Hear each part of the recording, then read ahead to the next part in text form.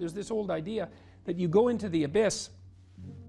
It's an idea that you can gaze into the abyss. You gaze long, and what you find in the abyss is a monster. That's the dragon at the bottom of the abyss, let's say. That's Satan himself, for that matter.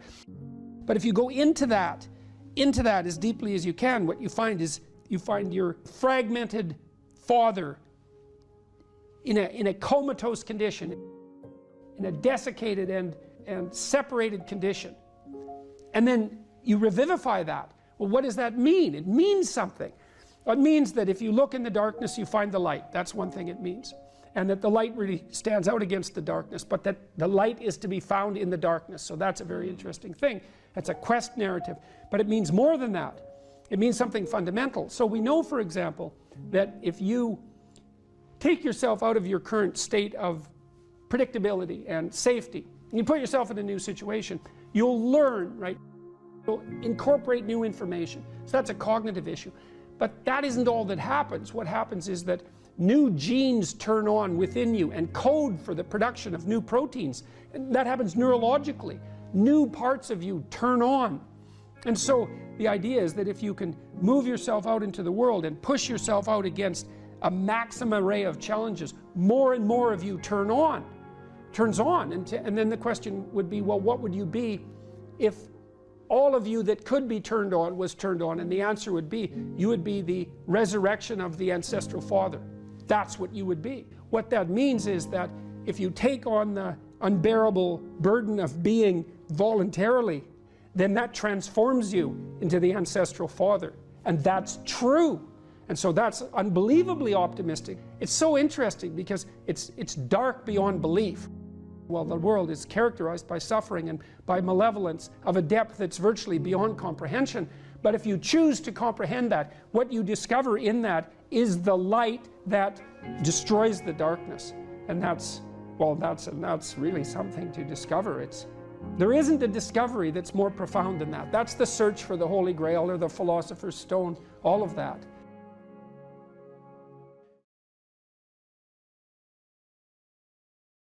Carl Jung talked about this phenomenon he described as retrogressive restoration of the persona. It's a complicated idea, but basically what it means is that sometimes you take a leap forward and you learn some things, but you can't catalyze a new identity, so you try to go back and hide in your old identity. And that actually doesn't work because, well, things have changed and you've learned something and that isn't who you are anymore.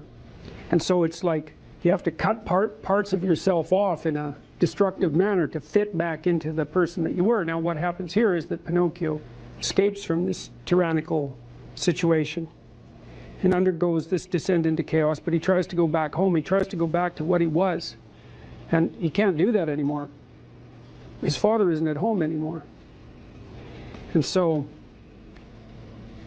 when he goes home, he finds that there's no home there. Now, this happens to people sometimes, and it's often a shock to them. So they'll often stay under the thumb of their father. And you think, well, why would someone do that? Because it means they're subject to the tyrannical judgment of their father. They're always concerned about what their father would think or whether their father approves of them, and so forth. And you think, well, that's got to be an unpleasant place to be. Why would you do that? Freud said, for example, that no one could be a man unless his father had died. And Jung said, yes, but that death can take place symbolically. Okay, so there's that part of the idea. And then another part of the idea is, one of the times in your life when you actually realize that you're an individual is when you'll go and ask your parents something and you'll realize they actually don't know any more about what you should do than you do. And that sucks. And that's partly why people are often willing to maintain a tyrant-slave relationship with their father. It's like, on the one hand, you have to be inferior in a relationship like that. You know, you've always got the judge watching you. But on the other hand, there's always someone who knows what to do. There's always someone standing between you and the unknown that you can go ask, what should I do? Well, at some point, you'll realize that the reason you can't ask that anymore is because they actually don't know any more than you do.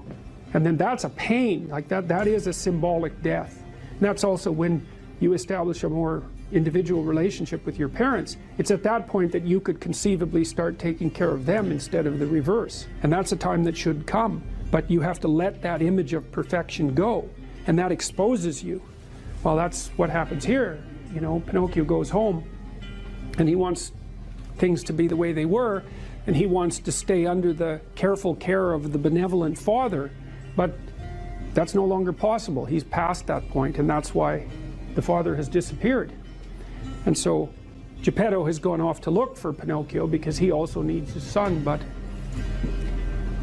in any case the house is abandoned. And so then we see inside the house that everything's covered with cobwebs and everything's gone, and Pinocchio and the cricket sit on the steps and they're very concerned. First of all, they wonder where he went, so they're actually concerned that he's gone, but they also don't know what to do because there's just no going home. And so, you know, that's also the case that once you hit a certain point in your development, well, it's the same thing we already talked about. The answers that you're looking for are not going to be found in your parents' house. It's as simple as that. Now, you could artificially maintain your dependency, but, you know, if you do that for too long, things get pretty ugly.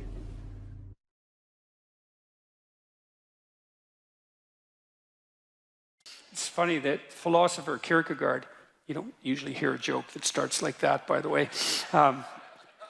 He wrote 150 years ago, and he was one of the first people who really wrote about anxiety. He was one of the first psychological philosophers, and he regarded himself as rather useless, all things considered. And he wrote a section in one of his books about all the industrialists that were operating in Europe at that time, trying in every possible way to make life easier and easier and more efficient and productive for everyone, which was definitely happening during the Victorian period, and Europe was rapidly transforming into an industrial powerhouse. And he said, someone as useless as him, with an orientation towards being a student who liked to sit and contemplate ideas and talk in cafes and smoke cigars and drink, could never do anything to make anything easier for anyone than everyone was already trying to make it. And so he thought that his task would be to make things more difficult for people, because there would come a time when what people wanted wasn't more ease, but more challenge and more difficulty. And that's really smart, you know, and it's witty and it's true. And one of the things that I've come to understand, I believe, is that, and Dostoevsky knew this too. He wrote about this in Notes from Underground. It's a great book, very short book, brilliant, absolutely brilliant, compelling, dark read.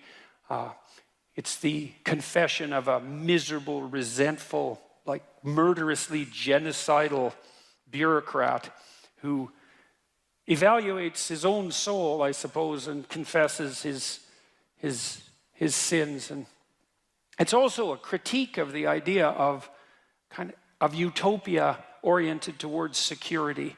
And Dostoevsky, who was dealing with the set of ideas that are really tearing us apart culturally right now, this idea of a eventual utopia based on something like security and safety. Dostoevsky really objected to that back in, this is like 1860, a long time ago. He said, you know, the thing about people that you don't really understand is that, he said, fundamentally we're ungrateful and we can curse. That's what distinguished us from the animals, which I thought is pretty damn comical. But he said something very interesting, you know. He said, if you set up a utopia so that all people had to do was eat cakes and busy themselves with the continuation of the species, that, yeah, right, Russian humor, you know, that after a surfeit of that, after enough of that, which would happen quite quickly, people would just go mad just to break things, just so something unexpected and remarkable could happen, and that we're not built for security and safety, but for something, well, let's call it adventure, something like adventure. That's a good thing to know, you know, because you don't want to suffer unduly. That seems reasonable. And you might think, because of that, that really what you want is happiness. But then Solzhenitsyn, for example, he wrote about what happened in the Gulag Archipelago under Stalin and said, you know, if your goal is happiness, what are you going to do when the jackboots hammer down your door at 2 in the morning and haul you off to the prison camp because you're not going to be happy there. And so, you know, happiness is a boat that's easily capsized and the waves are always there. And so if your philosophy is one of, say, impulsive happiness, same sort of thing Dostoevsky was pointing at and Kierkegaard, then you're not prepared when all hell breaks loose. And all hell, it will absolutely 100% break through at some point in your life. And you're lucky if it won't be decades. You know, it'll certainly be some of it. And it might be a lot of it. And for some of you, it's going to be damn near the whole thing. And so if what floats your boat is happiness, you're going to be capsized by the first decent wave. And so then you might ask yourself, you know, what do you have instead of happiness that might be even more reliable? And I do think that adventure is more reliable than happiness. And in the Old Testament story of Abraham, founder of the Abrahamic faiths, and obviously what would you call it, a crucial figure in the development of world culture, Abraham is presented as a late bloomer, to say the least. He's like 83. People lived longer back then, at least so the story goes. And he had a very rich father by nomadic standards, and he could just sit around in the tent all day. And, you know, a doting mother and a rich father, he could just sit around in the tent all day and eat peeled grapes and busy himself with the continuation of the species. And but, you know, God appears to him and says, get away, get out of your security, get out of your comfort, leave your family, leave your community, leave your nation, go out into the world. And it's a very interesting story. It's very interesting to contemplate it from both a psychological and a religious perspective, because what God is presented as in that book, which is a crucial book for as I said, for world culture, is God is presented as the manifestation of the Spirit that calls even the too secure and pampered to adventure. And then Abraham has a pretty rough time when he goes out and has his adventure. It's not all, you know, Skittles and roses from then on in. Quite the contrary. And he runs right away into like a conspiracy of elites to steal his wife. He runs into tyranny, runs into starvation. He encounters war. It's like he goes out in the world and he has the whole tragedy of his life, both on the social and political front and individually, you know. But the promise is the promise of adventure, and the implication is that if you have a sufficient adventure, then that cannot so much protect you from suffering, because perhaps that is impossible, but to justify it. And because you kind of know this in your own life. When you look at your life, you might look back on travails that you've undertaken, you know, and they've done end-of-life surveys with people and asked them what they regret. And, you know, people don't regret what they did that didn't work. They regret what they didn't do that could have worked. You know, they regret the chances they didn't take. And, you know, even if you do an evaluation of your biography, one of the things that you want to be able to say to yourself is something like, maybe there's nothing better you can say to yourself than this. You can think about this for yourself and see if it's true. That was extraordinarily difficult, but it was worth it.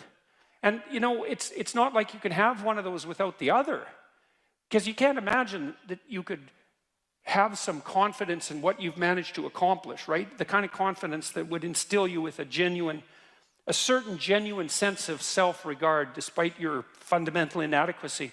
To have that fundamental sense of self-regard that's grounded in something real, it has to be based in a narrative that approximates that was extremely difficult, but it was worth it. You have to have both of those.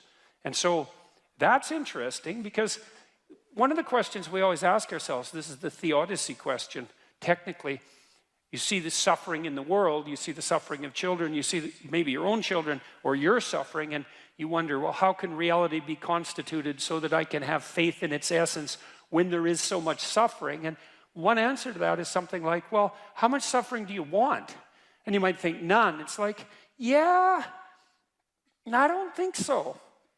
I don't think that's right. You want something approximating optimized challenge. So you could say, at least you want to be pushed to your limit. And maybe you find the most exciting times in your life fact, you'll pay for this, you'll pay to have this experience, to be pushed to your limit. Like, not beyond it, or maybe even a bit beyond it, you know? And maybe not so far beyond it that you crumble and break and things fall apart, but, you know, could you be pushed to your limit optimally if there wasn't the possibility of falling apart and breaking?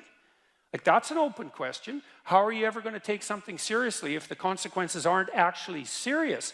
You know, and there's something delightful about dancing on the edge. That's why Hawaiians believed that surfing was sacred, you know, and it's because to surf you have to be on the edge, right? And the waves can come and take you out at any moment, but without the possibility of the waves rising to take you out, then you can't dance on the edge, and maybe that's exactly what you want to do, you know. And there's good evidence from the neuroscience literature that consciousness itself is something akin to dancing on the edge. So technically, when you're conscious, when you're awake, your brain is occupying a position between something. It's a position that's something like between chaos and order. And if your brain's maximally ordered, well, you're just bored, nothing is changing. And if you're chaotic, then it's anxiety and catastrophe. But you want to be positioned right between those two, and that's when your consciousness is optimized, you know. And when your consciousness is optimized, then you're deeply engaged in life, and everything seems alive and meaningful. And maybe that's the solution in some profound sense to the problem of suffering. It's that you optimize your interaction with chaos rather than being protected all the time from everything that could hurt you. And you kind of know this too if you have kids, because you don't want to keep your kids in an infantile state, and because when they're infants, pretty much what you do with them, say they're 6 months and younger, is you just keep them secure and safe, right? You just provide everything that you can for them. You have to do that because, well, what are they going to do? They just lay there fundamentally and squawk now and then. I mean, it's not like they're ambulatory. They can't go out and do things for themselves, and so it's up to you, and your goal is to keep them secure and safe. But once they start being able to move around, then increasingly it's sort of up to them. And if you have any sense as a parent, the psychoanalysts used to say, the good mother necessarily fails. And what did they mean by that? They meant, well, you know, if you're committed to your infant when you're a mother, for the first 6 months, it's like it's all the kid, 100%, full self-sacrifice devoted towards the infant. That's the right attitude. But even by 9 months, child can crawl around quite a lot. They're developing something of an independent will. You start handing them challenges. You start handing them responsibility, and you keep them on the edge. And some of your kids are going to be able to be pushed harder than others, and part of the reason you have to develop a relationship with your kids, and your husband for that matter, is so that, you know, you can keep them dancing on the edge, on the proper edge. And that's even better than the mere provision of security. The internal problem is, how do you deal with tragedy and malevolence? And you can say, well, I'm not prepared. It's like, yeah, fair enough. Unsurprising, especially if you were overprotected as a child. It's not a good idea to overprotect your kids, because the snakes are going to come into the garden no matter what you do. And so then you, instead of trying to keep the damn snakes away, what you do is you arm your child with something that can help them chop them into pieces and make the world out of them. So that the trick for human thriving in the face of suffering and malevolence is strength, not protection. It's a completely different idea. We also know this clinically. We know, for example, that if you treat people with exposure therapy for agoraphobia, which is, roughly speaking, the fear of chaos, I would say, the fear of everything, you don't make them less afraid. You make them braver. It's not the same thing. Because with an agoraphobic, see, what happens to them is the fall. They never conceptualize death and suffering. They're naive, right? It never enters the theater of their imagination, and it's because they're protected from it. But then something happens. This often happens to women in their 40s, because they're the people most likely to develop agoraphobia. Something happens. They've been protected from chaos by authority their entire life. So maybe they had an overprotective father, and then they went to an overprotective boyfriend, and then they went to an overprotective husband. And maybe they were willing to be subjugated to all three of those because of the protection, right? So that's the bargain. They stay weak and dependent, and maybe they have to, because that's the only way they can appeal to the person who's hyperprotective, but the price they pay for that is that they're not sufficiently competent. And then something happens in their life, often in their 40s, they develop heart palpitations, maybe as a consequence of menopause. Their heart starts to beat erratically and they think, oh no, death. It's like, well, who are you going to talk to about that? Right? There's no protection from authority for that. Or maybe their friend gets divorced, or maybe their sister dies, or something like that. It brings up the specter of mortality, and maybe the specter of malevolence and mortality, and it brings it up in a way that authority, recourse to authority, cannot solve. And so then they have panic attacks. What happens? They go out, they get afraid, they feel their heart beating, then they get afraid of their heart beating because they think, oh no, I'm going to die, and they think, oh no, I'm going to die, and I'm going to make a fool of myself while I'm doing it and attract a lot of attention. So the two big fears come up: mortality and social judgment. And then they have a panic attack. It's like fight or flight's gone out of control. Very, very unpleasant. Then they start to avoid the places they've had a panic attack. Then they end up not being able to go anywhere. So then Tiamat has come back, right? A huge monster, a little victim. And so what do you do with them? Well, there's no saying, no, there's no Tiamat. That's done, right? Their naivety is over. They've had a direct contact with the threat of mortality and social judgment. They've met the terrible mother and they've met the terrible father. And there's no going back. There's no saying, oh, the world is safe. It's not safe. Not at all. It's not safe. The fact that you think it's safe means that you were living in an unconscious bubble that was sort of provided to you by your culture. It's a gift. And now that's been shattered. And so now what do you do? Well, the answer is you retreat until you're in your house and there's nowhere you can go. You're the ultimate frozen rabbit, right? And your life is hell because you can't function. The alternative is, let's take apart the things you're afraid of. Let's expose you to them, carefully and programmatically. And then you'll learn that you're actually tougher than you think. You never knew that. And maybe you didn't want to take on the responsibility because, people play a role in their own demise, so to speak. When you had opportunity to go out and explore or withdraw because you were afraid, you chose to withdraw because you were afraid. So it's not only that you were overprotected often, it's that you were willing to take advantage of the fact that you were overprotected and run back there whenever you had the opportunity. So maybe you're a kid in the playground, right, and you're having some trouble with other kids, and in the back of your mind, I should deal with this myself, but you go and tell your mom and get her to intervene. And you know that that's not right. You know that you're breaking the social contract, but it's easier, and so that's what you do. You run off to an authority figure and hide behind the Great Father, roughly speaking. Well, the problem with that is you don't learn how to do it yourself. So then you have to relearn it painfully when you're 40. So then you take people out, you say, well, what are you afraid of? Rank it from 1 to 10. So 10 is, make a list of 10 things you're afraid of. The thing you're least afraid of we'll call number 10. So we'll start with that. Okay, well, I'm afraid of elevators. Okay, well, let's look at a picture of an elevator. Let's have you imagine being in an elevator. Let's go out to an elevator and let you watch the terrible jaws of death open, because that's how you're responding to it symbolically, right? And you're going to do that at the closest proximity you can manage. You find out, you go do that, it works. You're nervous as hell, especially from an anticipatory perspective. Shaking. You go out, you stop, you watch it happen, and you actually calm down. You do that 10 times and it no longer bothers you. Well, what you've learned that you didn't die, but more importantly than that, you've learned that you could withstand the threat of death. That's what you've learned. And then you move a little closer, and then you move a little closer, and then you move a little closer, and finally you're back in what's no longer the elevator from a symbolic perspective. It's a tomb, right? It's a place of enclosure and isolation.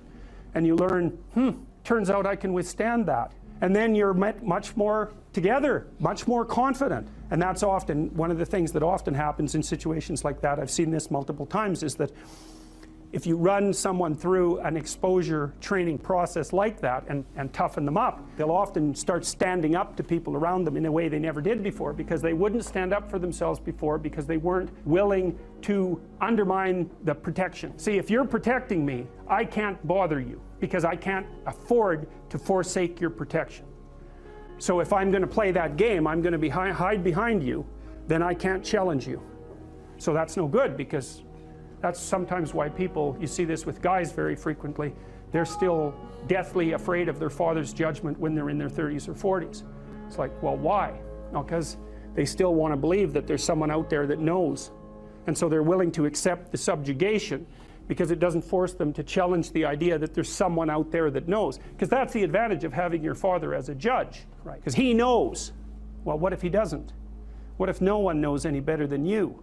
Well, that's a rough thing. You don't, until you realize that, you're not an adult, right? That's really technically the point of realization of adulthood, is that no one actually knows what you should do more than you do. I mean, it's a horrible realization, because what the hell do you know? It's a terrible realization, and people will often pick slavery, permanent slavery, to the spirit of the Great Father, let's say, over that realization, and it's completely understandable. But the problem with it is that there's more to you than you think, and so if you continue to hide behind that figure, then you never have a chance to understand that there's more to you than you think, far more to you than you think. Maybe there's enough to you so that you can actually withstand the threat of mortality without collapsing. Maybe even withstand the threat of malevolence without collapsing. Who knows? It's certainly possible. And it's not an abstract question. It's exactly the sort of question that you address in the psychotherapeutic process. It's always the question that you address. And the answer is often in the affirmative, because people can get unbelievably tough. And you know that because people work in emergency wards in hospitals, right? Or they work in palliative care wards, or they work as mortuary assistants. I mean, these people have bloody rough jobs, you know, or they're on the front line of police investigation into, you know, heinous child abuse crimes, and so they're confronting malevolence on a regular basis. And, you know, those are very stressful jobs, but people do them. And some people do them without even being damaged by them, although that's a harder thing, because you can see horrible things, you know, things you'll never forget. If you're resentful about something, well, first of all, you should notice, I'm resentful. And that's kind of humiliating, because no one's proud of being resentful. It's a shameful emotion.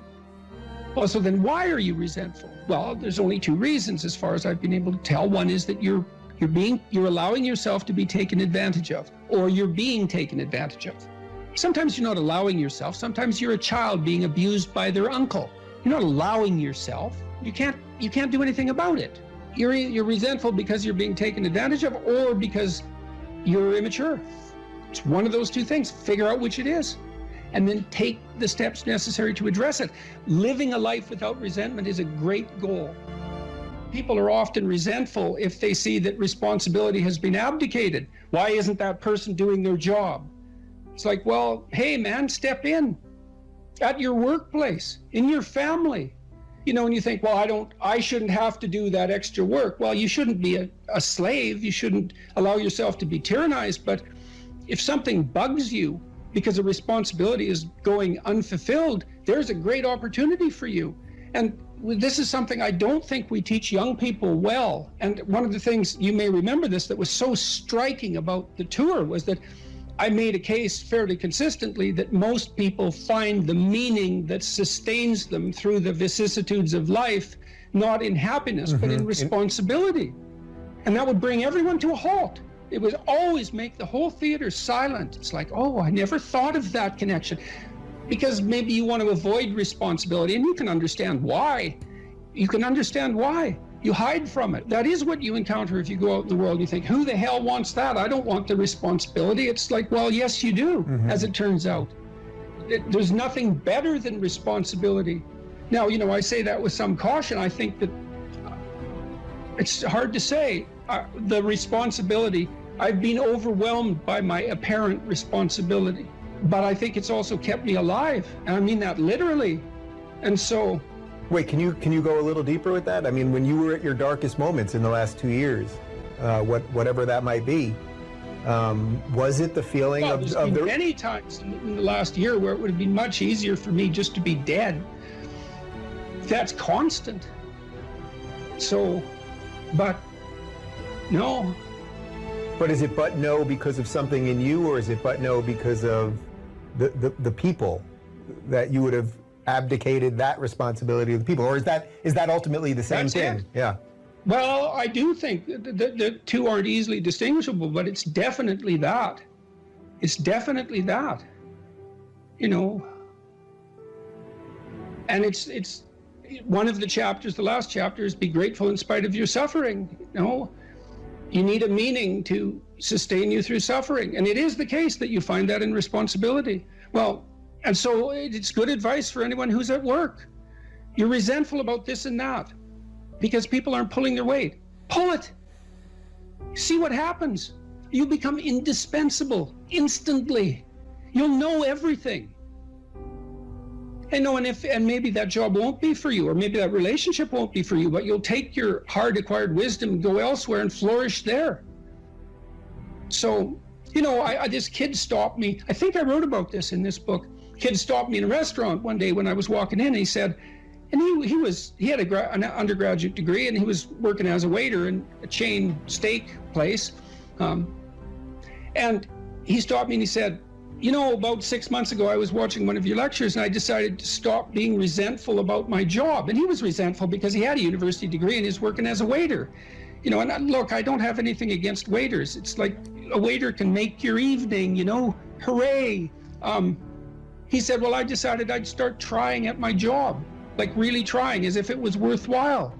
He said he got 3 promotions in 6 months, like he's just rocketing up the power hierarchy. Well, it's not power, it's competence. If it's well run, and places are full of opportunity. There's always people out there who are doing far better than you on pretty much anything you want to imagine. And if all you're doing is seeing yourself in their reflected light, let's say, then it's going to be pretty damn dismal. But it's not a good comparison because, well, first of all, there's danger in just comparing yourself to others, period, because they're not you. And God only knows what struggles they had to undertake to get to where they were, or what burdens they're currently carrying that you're not aware of. But you can certainly contrast yourself with yourself. And that's a lot better. It is the only way. Well, it's also the only way of really measuring anything approximating proper improvement. You can actually tell when you're a little better than you were yesterday. Right. And you can actually do that. That's another thing that's so interesting about it, is that you can actually make yourself a little better in some way, pretty much. Well, I don't know if it's at every moment, but you can certainly do it every day. Let's say you want to become who you could be in the fullest sense. So let's say you're someone who's going to solve some serious problems. Okay, the first thing you have to do is admit to the seriousness of the problems. That's no joke. And so the first thing is just the terror of the problem itself. And that's enough to paralyze me. And that's the Hydra, that's the Gorgon with the head of snakes. It'll paralyze and turn you to stone. That's the basilisk in the Harry Potter series. Mm-hmm. You look at it and it turns you to stone and lurks underneath everything, right? And it's malevolence and tragedy. And so there's that. And then the next is, well, you're going to take responsibility for that? You're really going to do that, are you? That's a hell of a load, man. And so it's daunting to even consider that. And then there's the discipline and responsibility that necessitates, which is also daunting. It's like, oh my God, the problem's that serious. I'm really going to have to get my act together in order to not contribute to it, much less solve it. And so the problem is terrible. And then the solution is daunting. But the upside of that is like, well, there isn't anything better to have than a problem that's worth solving, like that's really worth solving, right? And so the more of that you take on, the more you have a reason to get out of bed in the morning, no matter what. Like, I'm getting up, I'm trudging forward. Doesn't matter what I'm suffering from. I've got things that need to be done. They're necessary. And that gives you that sense of purpose that is the antidote to bitterness. Okay, well, let's say you want your life to be meaningful. It's like, okay, then what you do matters. It actually matters. Or how starting to clean up the room changed their life. That's quite fun because it's something I always tell people to do instead of going out and protesting. Jesus, I just can't stand Cleaning up that. the room? Yeah. Meaning? Well, my sense is that if you want to change the world, you start from yourself and work outward because you build your competence that way. It's like, I don't know how you can go out and protest the structure of the entire economic system if you can't keep your room organized. Well, I made a video call, which was called Message to Millennials, where it was called How to Change the World Properly. A bit of it on the pretentious side, I suppose, but I was trying to produce something that was a counterposition to this idea that what you should do is go out and fix up other people. You know, that's just not right. And there's a New Testament line about that, something about, you know, not worrying too much about the log in your neighbor's eye, or about the speck in your neighbor's eye when you have a log in your eye. What would the world be like if people stopped avoiding the things they knew they should do? You know, because the question is, how much are we contributing to the fact that life is a is an existential catastrophe and a tragedy? How much is our own corruption contributing to that? That's a really worthwhile question. The things you leave undone because you're angry, you're resentful, you're lazy, you have inertia. Well, you consult your conscience and it says, well, you know, that place over there could use a little work. It's the same as working on yourself, and so you clean that up because you can, and then things are a little clearer around you, and you're a little better off because you've practiced a bit, and so you're a little stronger, and then something else manifests itself and says, well, maybe you could like take a crack at fixing me up too. So you decide to do that, and then that gets a little bit more pristine, you know, and soon, and it's humble because you're not exceeding your domain of competence. You know, it's like, don't be fixing up the economy, 18-year-olds. You don't know anything about the economy.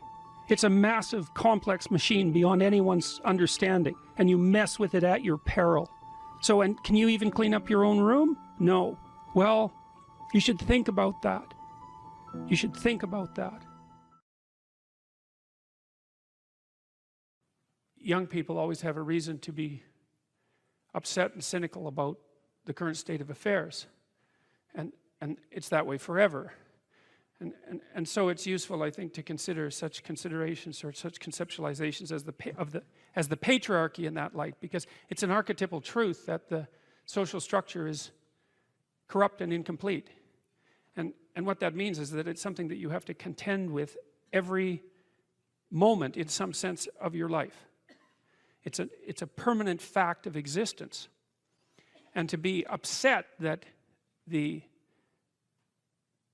structures, the social structures, or even the biological structures within which we live are incomplete and imperfect, is to take that personally, that's the worst part of it. To take that personally is a misreading of the existential condition of humankind, because it's always the case that what you have been given and what you live in is degenerate and corrupt and in need of repair. And it's easier just to accept that, because there's also a positive element, and the positive element is, well, you've been granted something rather than nothing, and maybe you haven't been granted pure hell, because especially in a culture like ours where many things actually function quite well, so there's room for gratitude there. Even if it's a broken machine, it's not one that's completely devastated, and it's not absolutely hell-bent at every second on your misery and destruction. And it easily could be, because many societies are like that. And so the fact that we happen to live in one that isn't corrupt beyond imagining is something to be eternally grateful for. Well, so we live inside a damaged structure, and we also bear responsibility for that damage, because we don't do everything we can to constantly repair it. And you might say, well, that's actually one of the fundamental, you know, people say, well, what's the meaning of life? What they really mean is, what's the positive meaning of life? Because as we've already discussed, the negative meanings of life are more or less self-evident. Well, the positive meaning of life is to be found in noting the state of lack of repair of the walled city that you inhabit, and then sallying forth to do something about that, to repair the breaches and to fix up the walls and to make the structure that you inhabit as secure and as productive as it possibly can be. And there's no shortage of opportunities to do that. You can do that in your own mind, you can do that in your own room, you can do that in your own household, in your local community. And maybe if you get good at doing it at all those levels, then you can start to look beyond that. And so there's challenges. That's the thing that's kind of interesting about this insufficient structure, is that it has a set of challenges built into it because of its insufficiency, and perhaps even because of its corrupt nature, that calls forth the potential response from you of heroic adventure. And the heroic adventure is to man the barricades and repair the city. And you can always do that. It doesn't matter what your personal circumstances are. There's always something that isn't right near you, isn't correct, isn't laid out properly, that you could just fix if you wanted to. And one of the things that we're going to talk about tonight is the idea that if you adopt an attitude that's like that the role that you should play is to make things better wherever you are, however you can, that what would actually happen would be that things would get better wherever you are in all sorts of ways, and that we've really, as a species, you might say, or maybe even as singular individuals, we've explored that rarely.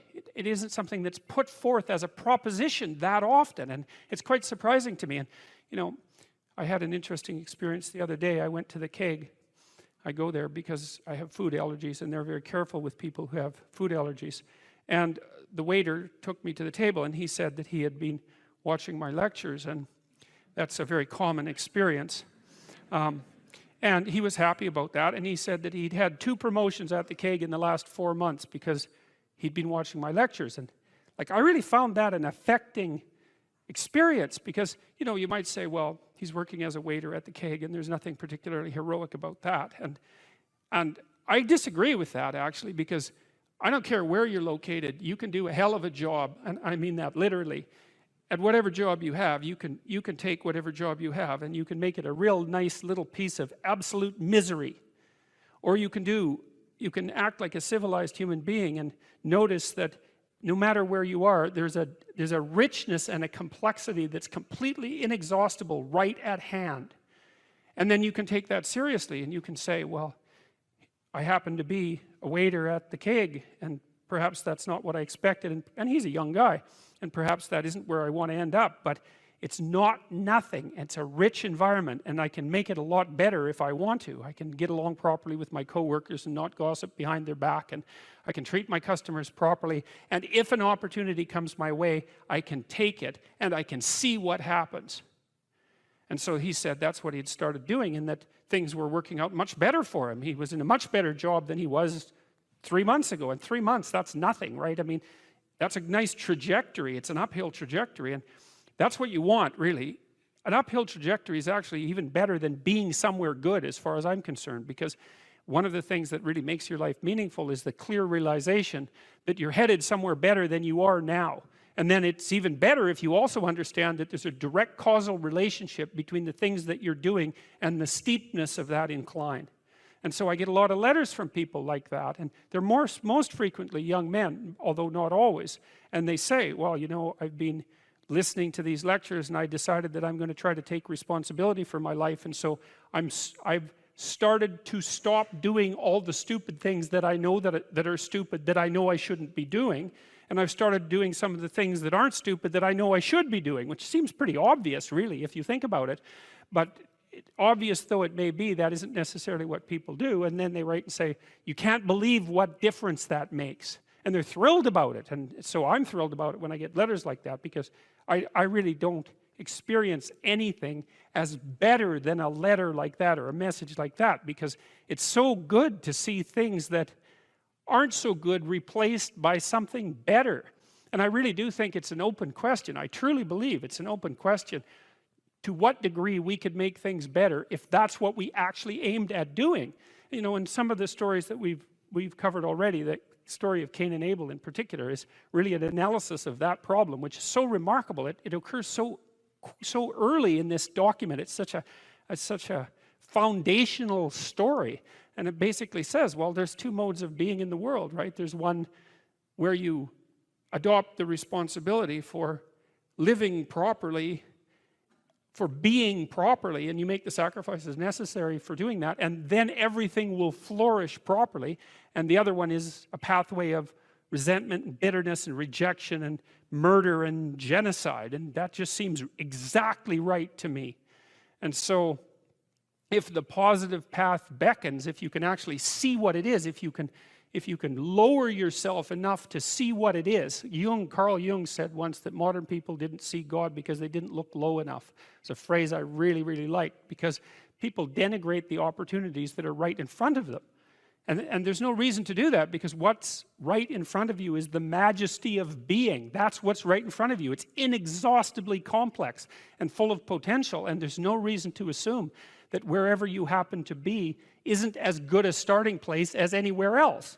Now, you know, I know some people have terrible, terrible lives. They're in situations that are absolutely unbearable, and But I also do know that even situations like that can be made a hell of a lot worse by the by the worst kind of attitude, that's for sure. So anyway, so that's where you are. You're in a damaged structure. You're a damaged structure. You're in a damaged structure, but you know, at least it's got some walls. You know, you're not being fed to the lions on a regular basis, so that's a good thing. And you can emerge forward, you know, heroically, magically, to confront the chaos that constantly threatens the structure within which you live, and you can free something as a consequence of that. You can learn something, you can strengthen yourself. That's the other thing, because the way, what you're actually made of, in many ways, that what informs you, what you're made of, is what you encounter when you voluntarily encounter the unknown. And so the more you voluntarily encounter the unknown, the more you get made of, and the more you get made of, the more there is to you, and then the more you're good at encountering the unknown and restructuring order and calling forth proper order out of the potential of being. And God, you got to think, why wouldn't you do that, since you can do that? And it's an endless mystery. You know, I think part of it is that people, well, it's also encapsulated to some degree in the story of Adam and Eve, because what happens to Adam is when he becomes self-conscious, right? He becomes ashamed of himself and regards himself as a lowly sort of creature. And there's endless reasons why people would do that, because of course we're rife with imperfection, and so he hides from God. And I think that's actually the answer to the conundrum, which is that people don't aspire to the highest good because they're deeply ashamed of themselves and their weaknesses and their insufficiencies. And so that's not the only reason. I mean, there's the desire to avoid responsibility, and there's all the negative motivations as well, like resentment and hatred and the desire to make things worse. I don't want to, you know, give us too much of a break, but it's something like that.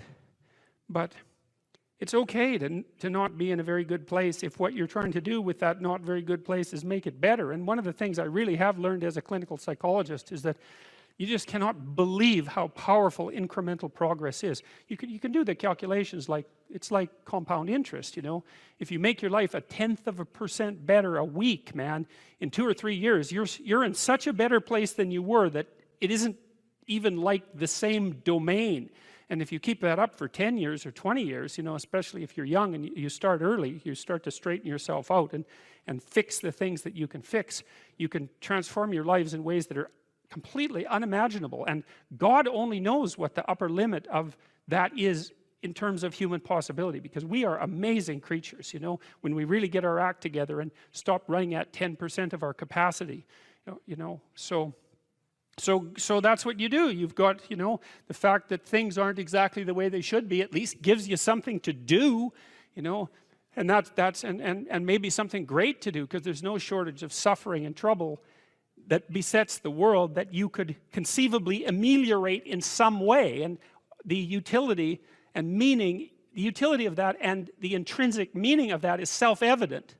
So it also makes me curious about nihilism, for example, and despair, because I mean, I understand those emotions, I understand them deeply, and the intellectual mindset that goes along with it, but they just seem beside the point to me in some sense, because there are so many things that need doing that all you really have to do is open your eyes and look at them and then decide that you're actually going to do something about them. And you might think, well, what's within my scope of influence is so trivial that it's not worth doing. It's like, it won't stay trivial for long if you do it.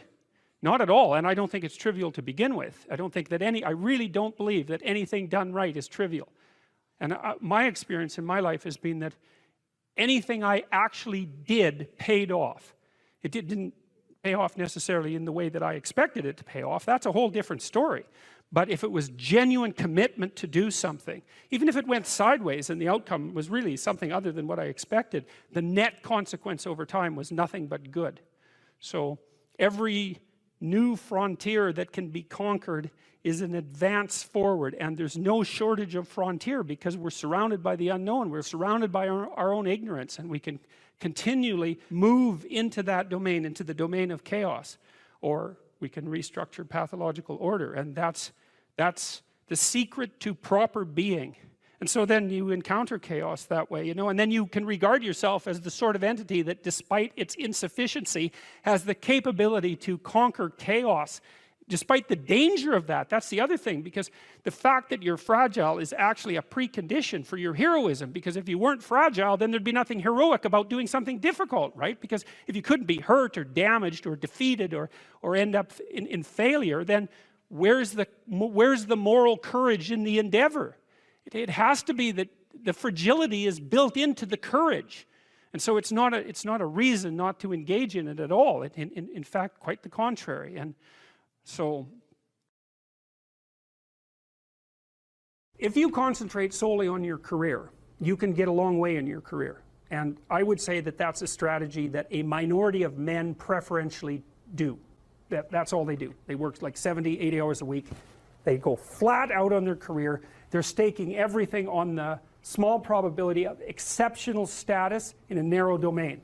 But it's hard on them. They don't have a life. It's very difficult for them to have a family. They don't know how to take any leisure activity. Like, they get very one-dimensional. Now, it may be that unidimensionality is the price you have to pay to be exceptional at one thing, right? Because if you're going to be something like a genius level mathematician and you want to do that or a scientist, say, it's like you're in your lab all the time, you're working 70 hours a week or 80 hours a week, you're smart, you're dedicated, you're unidimensional, and that's how you get to beat all the other people who are doing that. It's the only way. But the problem is you don't get a life. Now, if you love being a scientist and you have that kind of focus of mind, well, first of all, you're a rare person, and second, you're going to pay for it. But fine, more power to you. But it's a risky business to do that. You sacrifice a lot for it. You know, and I would say most often, if you're speaking about having a healthy life, that isn't what you do. You spread yourself out more. So, you know, you have a family, you have some things that you do outside of work that are meaningful to you and useful. You have a network of friends. Well, those 3 things alone, or 4 things alone, are plenty to keep you well oriented. And then if one of those things collapses, you know, everything doesn't go.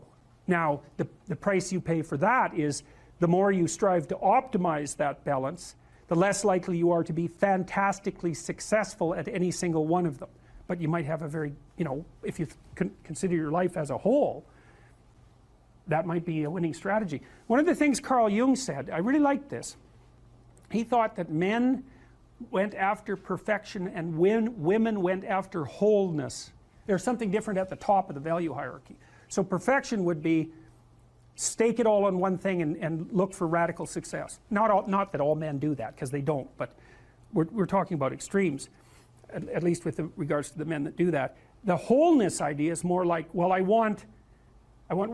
it's like I want one thing in my life to be 150%, or I want 5 things in my life to be 80%.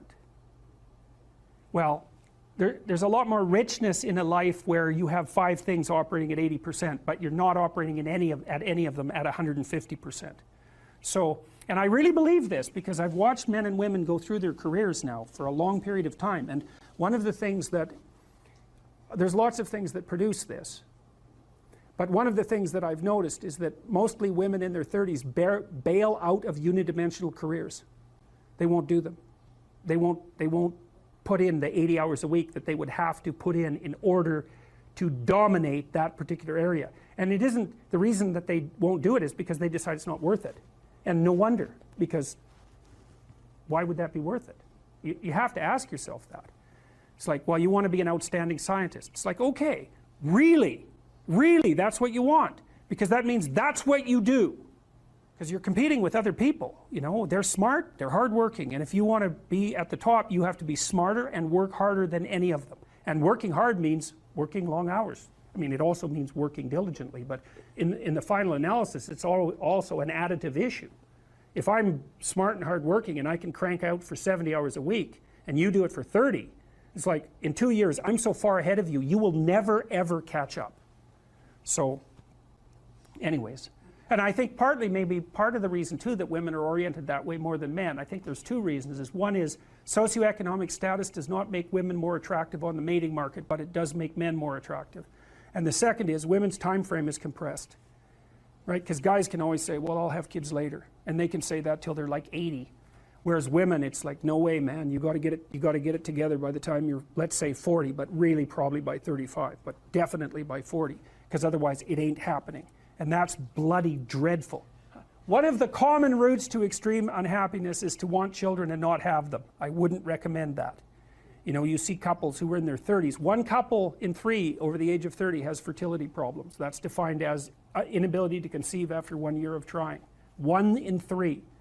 So it's worth thinking about, because people are very, very unhappy if they want to have kids and then they can't. Man, you're in the medical mill for 10 years if that's what happens to you. We've got a hypothesis that we're still working out that's supported to some degree by the relevant literature. So imagine that you're looking for a stable partner, right? So you might think, well, what do you want in a stable partner?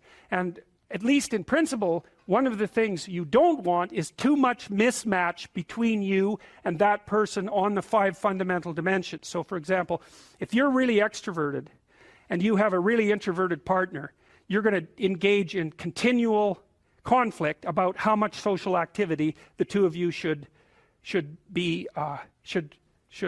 subject yourself to. And it's very, very difficult for people who widely differ on those dimensions to come to consensus, because it's not just a matter of opinion, right? It's really a matter of different, if you're looking at extremes, of really different types of people. And the thing about introverts is they just don't enjoy large-scale social interaction that much. One-on-one they're often fine, but in a group they don't like that, and it tires them out. Whereas a real extrovert, it's like you isolate them and they just wither on the vine, because a huge part of what actually motivates them in a positive way is tangled up with social interaction.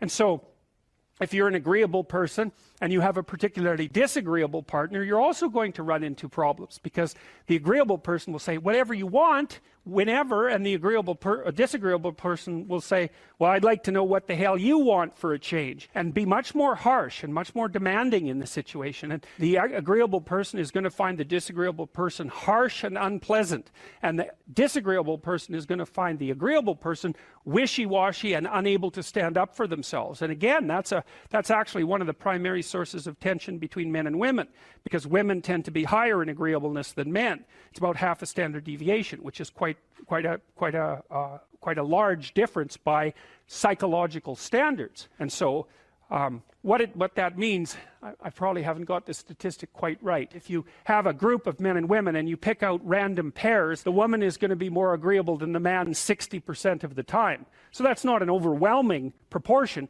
but it's reliable, and it's quite large by psychological standards. So there's the problem with agreeableness. With conscientiousness, well, if you're conscientious, you're industrious and orderly.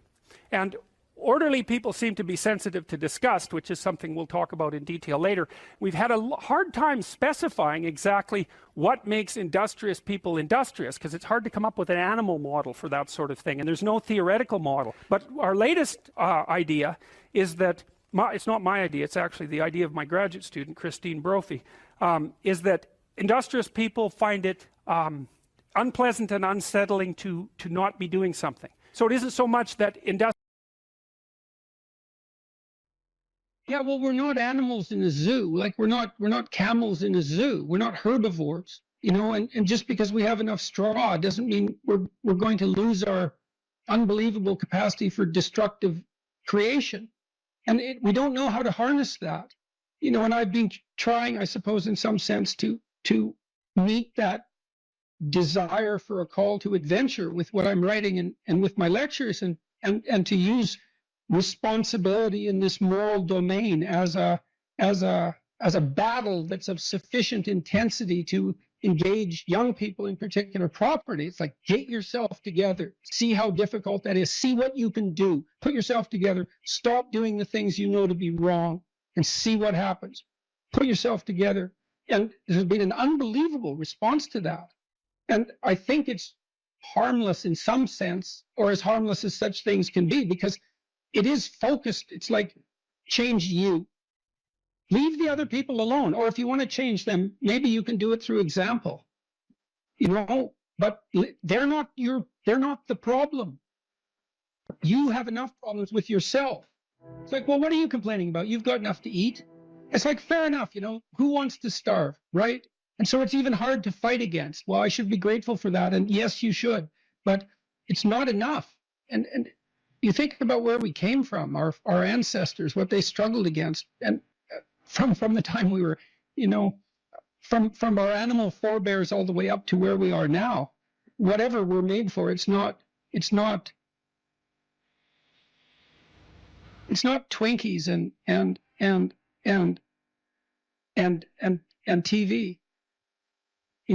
It's not willful blindness and the comfort that brings. It's not enough, and so we need this adventure, and that's something we're going to all have to contend with, because if we don't get the adventure right, then we'll get it wrong, and it'll lead us in terrible places.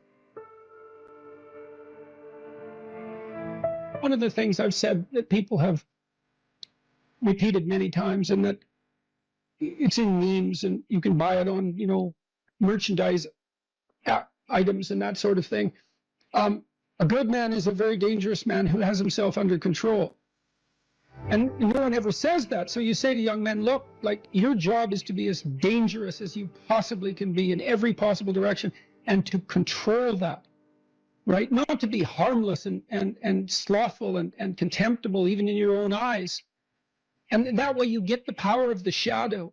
You don't have to dispense with the anger and the aggression. You can integrate it. And that's way better. I mean, I had a remarkable conversation with Jocko Willink. I felt that it was remarkable. It was very engrossing. And Willink, he's unlike me in many ways. I mean, he's a physical specimen of sort of unparalleled proportions to begin with. He's about 2 feet thick, and he's this military guy, highly disciplined, and also extraordinarily morally integrated. And he's an admirable person, because the danger is right there under the surface. But he has it rather than it having him. And we're uncomfortable with the idea that that's the proper route for socialization. We try to teach our children that only, cooperative games are acceptable. And they know in their hearts that that's a complete bloody lie. It's not technically sustainable. It's not even conceptually correct. I'm not saying I've solved it. I talk to Bjorn about this a lot. It's like, I love your message.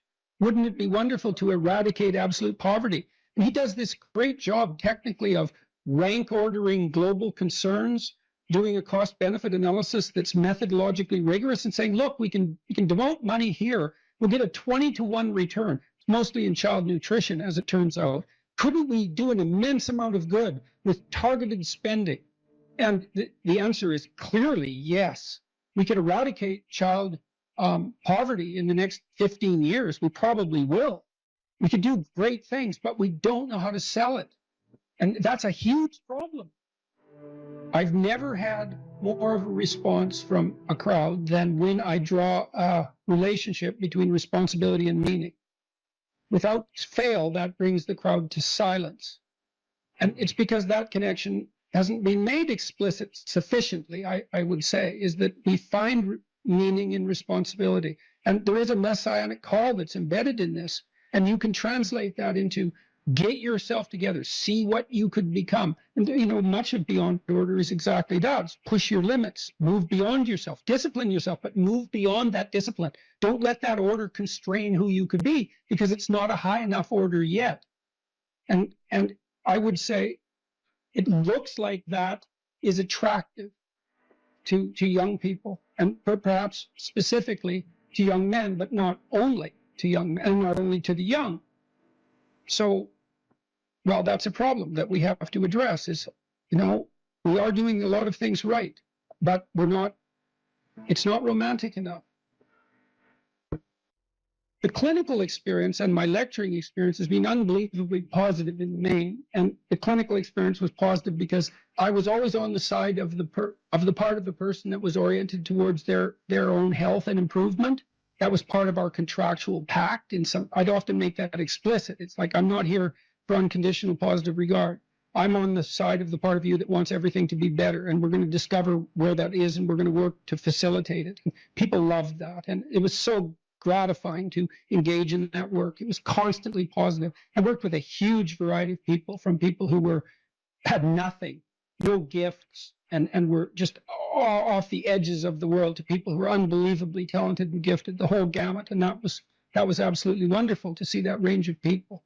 And the lecturing has been the same way. Like the lecture tour I did was immensely positive, too much positive even. You wouldn't think that would be possible, but it is possible.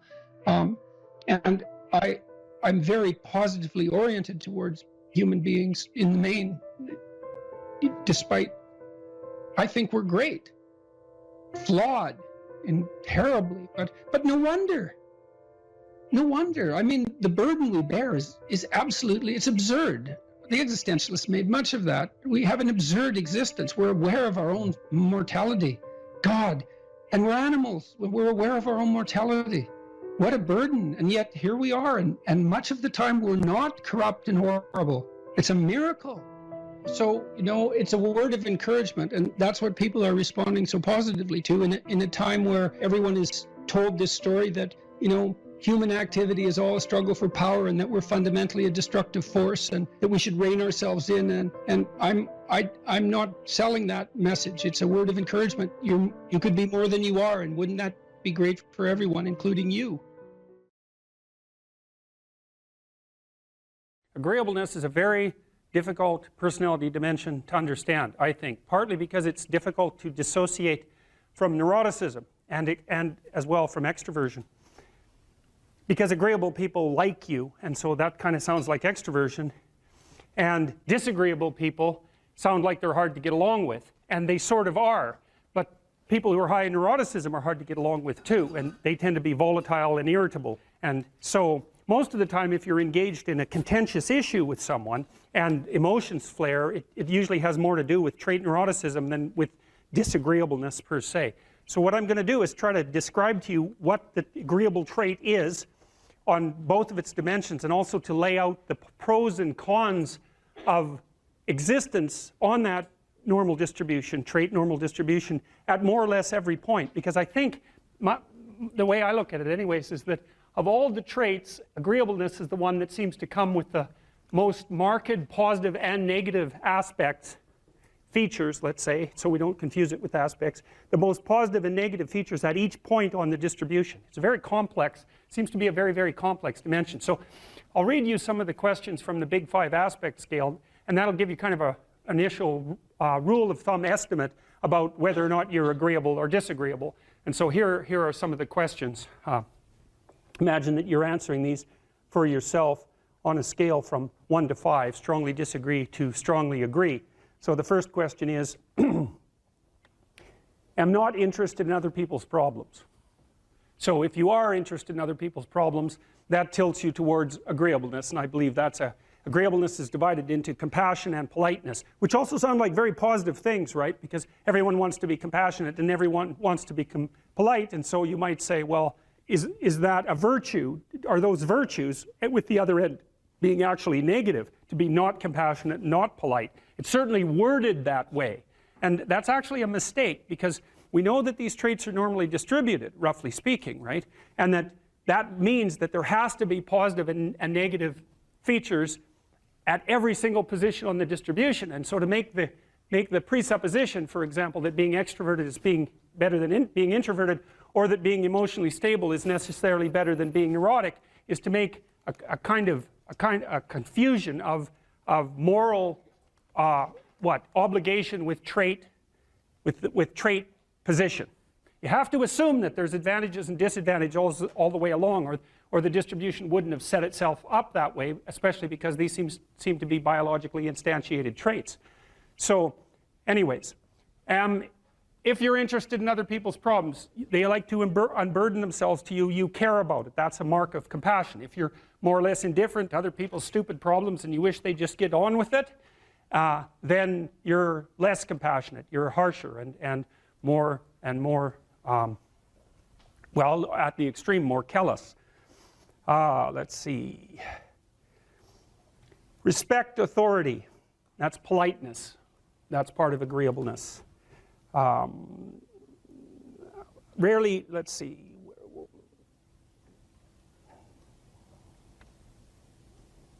Feel others' emotions. Compassion. Inquire about others' well-being. Compassion.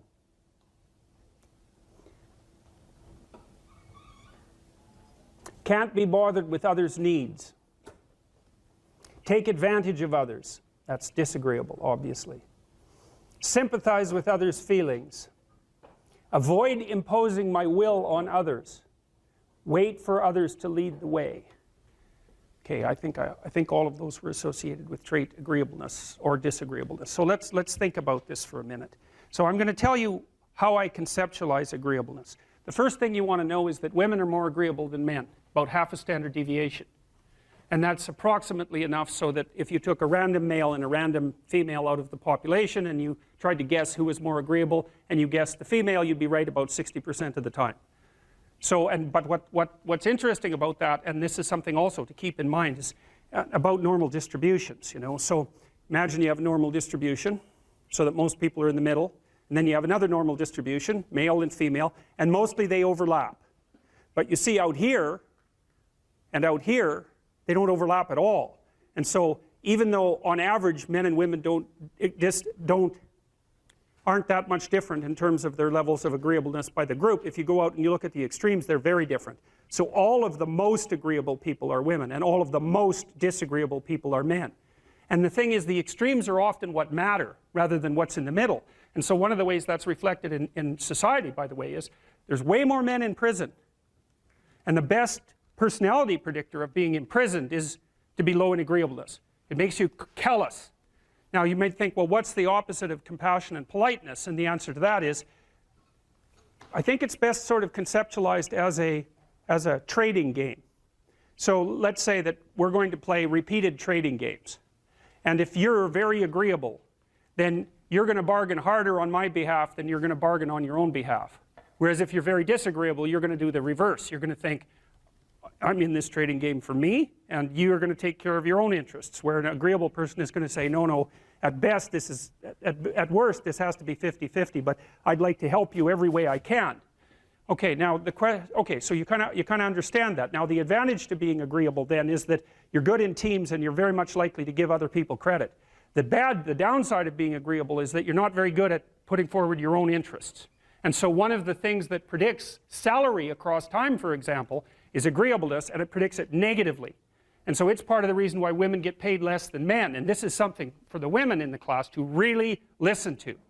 Because how you get paid across time depends on a very large number of things, right? It depends on your skills and your abilities and your position and your social network and all of that. But the other thing it depends on is whether or not you actually go ask for money.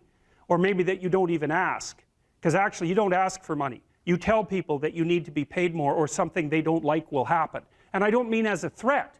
I mean that you have to be willing, when you're negotiating, to have an alternative. You go talk to your boss who isn't going to give you money because everyone wants money, right? It's a competitive game. You're going to have to go there and say, look, here's what I do. Here's why it's useful. Here's why you have to give me more money. And this is my opportunities if you don't. And then you're not taking your boss's money anyways, because it's very frequently the case that he's working for a whopping big company. But he needs an excuse to give you money because everyone's asking for money all the time. And so you have to put your case forward powerfully and disagreeably. Now, you don't want to do it too disagreeably because then he's going to think that you're a son of a bitch and maybe he's not going to give you anything and maybe you'll get fired for being mouthy and all of that. And that certainly happens to people who are too disagreeable. You got to get the balance right. But it's definitely the case. And the other thing that happens to women that's also worth noting, and this is probably because they're higher in negative emotion, is they tend to underestimate their own utility in business settings, right? Because if you're trying to evaluate what you're like and you're more tilted towards negative emotion, then the things that you do that are wrong are going to stand out more on the foreground than the things that you do that are right. So if you go into a negotiation and you're uncertain already because you have self-doubts, and then you're agreeable in the negotiation, what's going to happen is that you're not going to win as often. And winning in a business setting or in a career development setting means more opportunity for promotion and more revenue generated. Now, the downside of that, of course, is as you climb the business hierarchy is that you also have to take on more responsibility. And that responsibility is sometimes unpleasant as well, especially to people who are agreeable, because you're not necessarily liked if you're in a position of authority. And agreeable people really like to be liked. It's their primary motivator because they're concerned about the maintenance, I would say, of of intimate positive relationships. And that also makes them conflict avoidant. I worked with this crazy psychologist. He used to put jokes on his multiple choice tests. He was a really eccentric guy, but I really liked his courses. He taught a course on creativity, and he was also a prison psychologist, and he was an eccentric guy, and he for some reason liked me, and maybe because I was eccentric too, and he invited me to go out to the Edmonton maximum security prison with him a couple of times, which I did, and that was a very interesting experience because I was trying to figure out what role each individual's behavior bore to the pathology of the group. It was something like that. And I went out there and I met a little guy, smaller than me. I was a little bigger by then. And he was a pretty innocuous guy. And what had happened was I was out in this gymnasium. It looks like a high school, a prison, which is really quite telling in my estimation. And there were all these like monsters in there weightlifting, and like they were monsters. I remember one guy who was tattooed everywhere, and he had like a huge scar running down the middle of his chest. It looked like someone had hit him with an axe, and you know, and I was in there, and I had this weird cape that I used to wear that I bought in Portugal, and some boots that went along with it. And yeah, it was like an 1890s Sherlock Holmes cape, and it was really like it was from the 1890s because this little village was up on a hill. It was a walled city on a hill, and they sold these things, and I don't think they'd changed the style since 1890, and so I thought they were really cool, and so I was wearing that, which wasn't perhaps the most conservative garb to don if you're going to go to a maximum security prison. So anyways, I was in the gymnasium, and the psychologist left, and God only knows, I mean, that's what he was like, and all these guys came around me, you know, and they were offering to trade their prison clothes for my cape, and it was it was like I was being made an offer I couldn't refuse, you know, and so I didn't really know what to do. And then this little guy said something like that the psychologist sent me to come and take you away or something like that. And so I thought, well, better this little guy than all these monsters. So we went outside the gym through some doors, like school doors. We went outside the gym into the exercise yard, I guess, and we were wandering along, and he was talking to me, and he seemed like a kind of an innocuous guy. And then the psychologist showed up at the door and motioned us back, okay? And so, which was kind of a relief. And so I went into his office, and he said, you know that guy that you walked out in the yard with? And I said, yeah. He said, he took 2 cops one night, and he had them kneel down, and while they were begging for their lives, he shot them both in the back of the head. And I thought, see, the thing that was so interesting was that he was so innocuous, right? Because what you'd hope is that someone like that would be very much unlike you, let's say, and certainly wouldn't be like someone innocuous that you'd met. What you'd want is that the guy would be like, you know, half werewolf and half vampire, so you could just tell right away that he was a cold-blooded killer. But no, he was this sort of ineffectual little guy who was certainly not ineffectual if you gave him a revolver and the upper hand. And so that made me think a lot about the relationship between being innocuous and being dangerous. And then another thing happened. I met another guy out there, and then a week or 2 later I heard that he and a friend of his had held another guy down and pulverized his left leg with a lead pipe, like just pulverized it. And the reason for that was that they thought that he was a snitch, and maybe he was. And that time I did something different. Instead of being shocked and horrified by that, although I certainly was, I thought, how in the world could you do that? Because I didn't think I could do that. I thought that there was a qualitative distinction between me and those people. And so I spent about 2 weeks trying to see if I could figure out under what conditions I could do that. Like what kind of psychological transformation I would have to undergo to be able to do that. And so that was a meditative exercise, let's say. And it only took about 10 days for me to realize that not only could I do that, that it would be a hell of a lot easier than I thought it would be. And that's sort of where that wall between me and what Jung described as the shadow started to fall apart. And that also was very useful because I started to treat myself as a somewhat different entity because I hadn't been aware up to that point, you know, because I thought I was a good guy. And there's no reason for me to think that, because you're not a good guy unless you've really made a bloody effort to be a good guy. You're just not. It's not easy. And so you're probably a moderately bad guy. And that's a long ways from being an absolutely horrible guy, but it's also a long ways from being a good guy. And so, but I had a little more respect for myself after that, because I also understood that there was a monstrous element to the human psyche that you needed to respect. And that was part of you, that you should regard yourself in some sense as a loaded weapon. It's very useful around children to regard yourself as a loaded weapon, because around children you are a loaded weapon. And the terrible experiences that many children have with their parents are testament to that.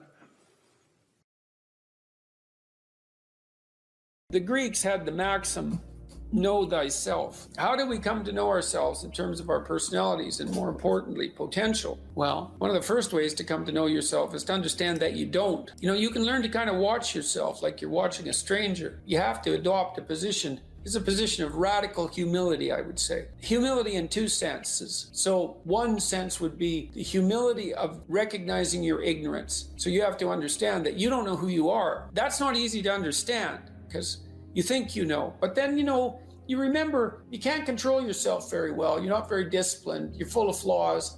Maybe you don't know yourself as well as you think, but it's hard to get low enough to understand how deeply it is the case that you are ignorant about who you are. Now, there's an upside to that too, which also is that you're also ignorant about who you could be. And so the discovery of that, you know, is some reward for the horror of determining who you actually are. And then I would say, well, then you watch yourself. You watch yourself like you're watching a stranger. You watch what you say and you listen. And you think, well, what sort of person would say that? And how am I reacting emotionally when I'm communicating in that manner? Is that making me feel stronger or weaker? Is it filling me with shame? Is it helping my confidence?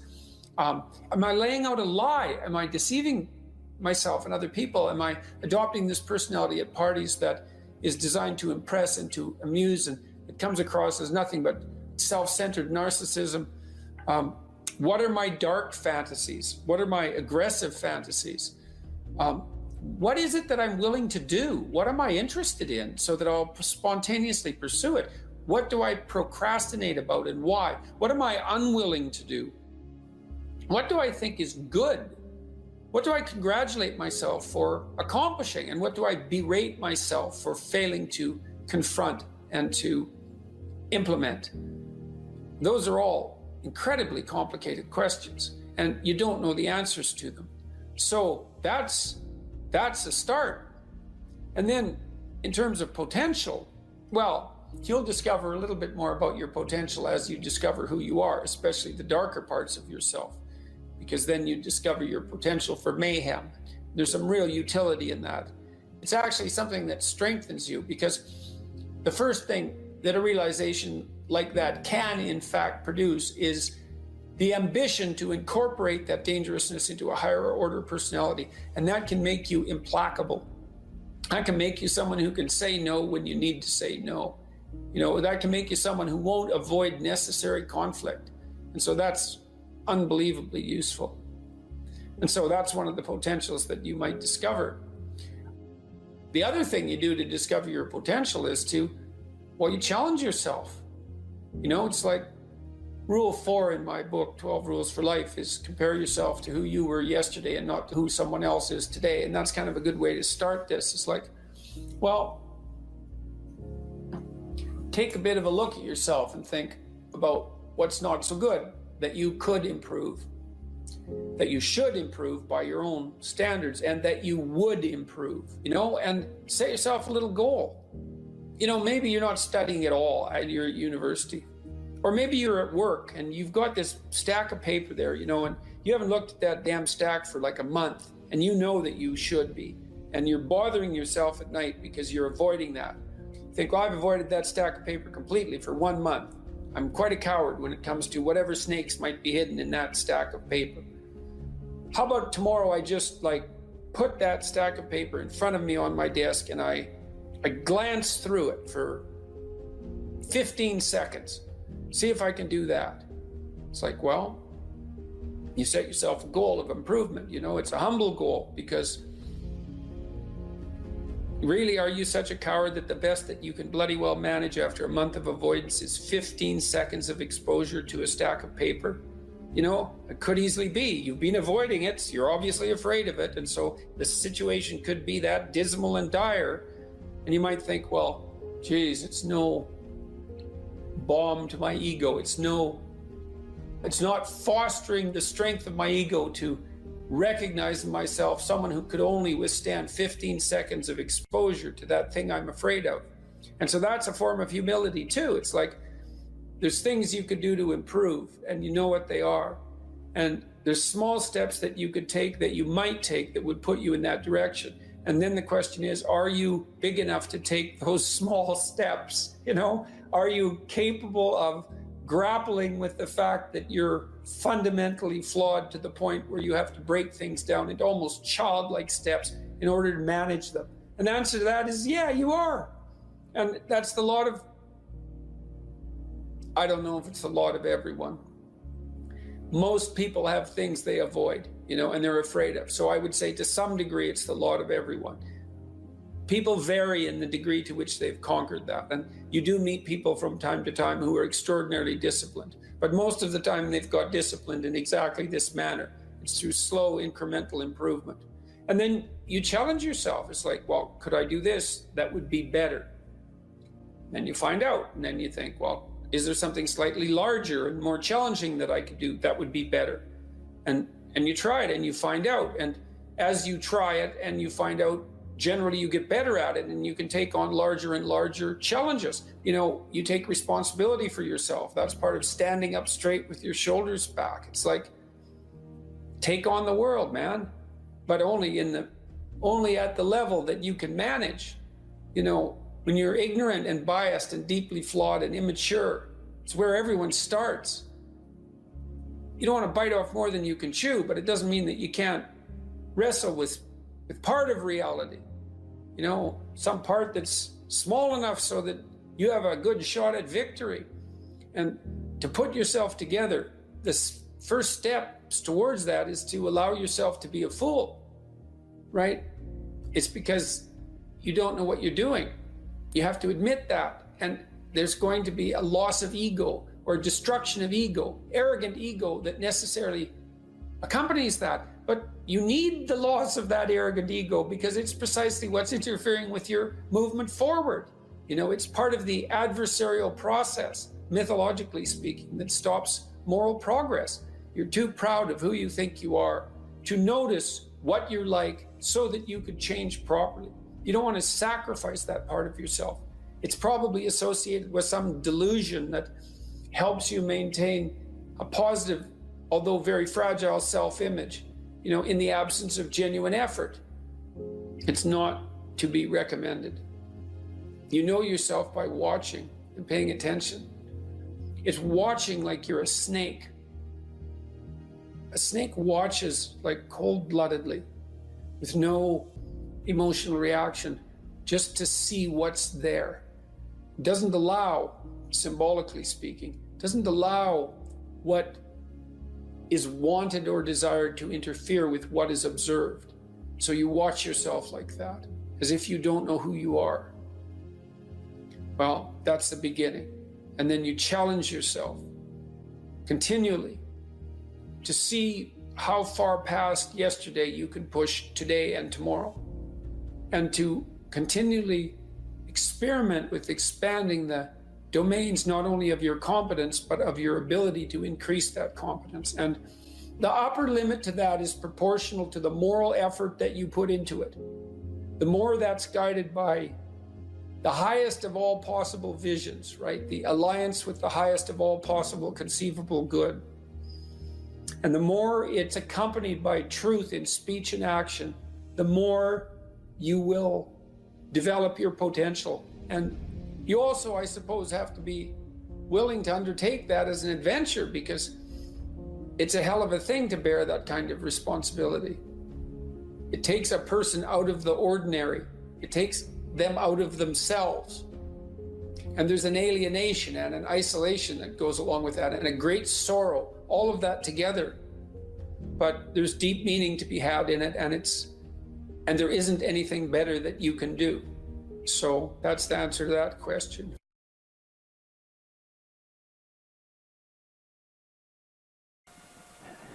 that the purpose of memory is to provide you with a map of what to do so that you can be secure where you are. And maybe more than that, so that you can be secure and gain advantage, you know. You can get what you need and want from the circumstance. That would be even better. But you know, lots of times you'll just settle for nothing terrible happening.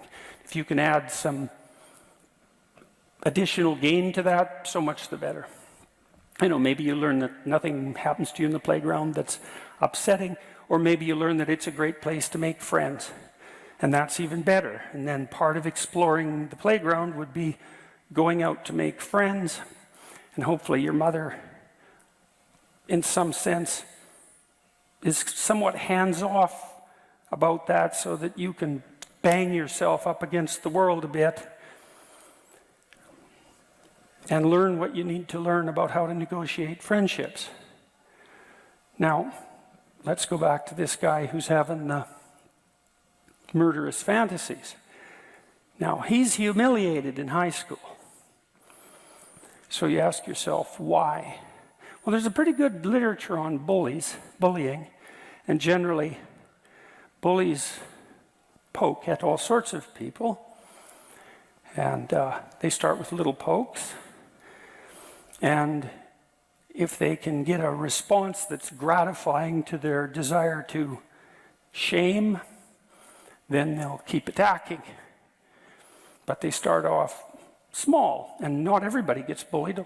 Most people get bullied some when they're kids, but some people are targeted fairly frequently, and they're people who tend to react in the manner the bully wants. And perhaps there are also people who don't defend themselves very well when the first pokes occur. You know, they don't have a quick word in response. They won't stand up for themselves. They retreat. They get over emotional. So then you might ask yourself, well, why would that be? Well, if your mother is operating properly in the playground, she's there when you run back and you need her. She's not there behind you when you don't need her, making sure nothing bad happens to you. And, well, why? Well, because bad things are going to happen to you, and what you need to learn is how to deal with that on your own. That's the best protection your mother can provide in the final analysis, is to allow you to be challenged, to build competence. And that takes a fair bit of forbearance on her part. Right? She has to be willing to let you go out there and make mistakes. I remember when my daughter was learning, I bought her these monkey bars. Climb up a ladder, across a ladder, down a ladder. It was pretty high. It was about 8 feet, I think. And she was about 3. She was out in the backyard learning to climb up these monkey bars. It was really interesting to watch her. She'd lift her foot up, then lift it up a little higher, lift it up a little higher, and then she'd put her foot on the first rung and put a little weight on it, and then repeat that. Then she'd go up to the first rung, and then she did that with the second rung. Like just trial and error, right? A little foray, a little foray, a little foray, mastery, and then a little higher and a little higher. It was a fairly high monkey bar for such a little kid. But we were watching her, and she was doing a good job. We just let her be. And you know, maybe she falls off the monkey bars when she gets to the top and breaks her arm. And then aren't you a terrible parent? And the answer to that is maybe. And maybe not, too. You know, because getting that line between protection and overprotection right, that's tough. So now I'll tell you a little story that you all know. So I'm sure most of you have seen the Disney film Sleeping Beauty. And it's a very interesting film, very interesting story. So the way the story sets itself up at the beginning is there's a king and a queen, father and a mother, let's say. And they're older. They haven't had any kids. So they're older parents.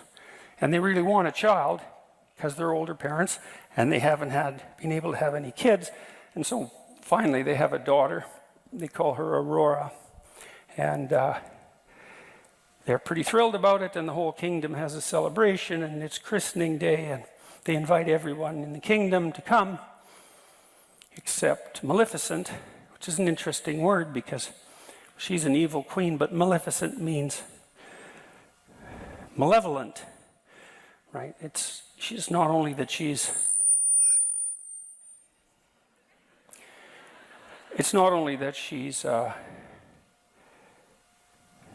Mother Nature, in the negative guise.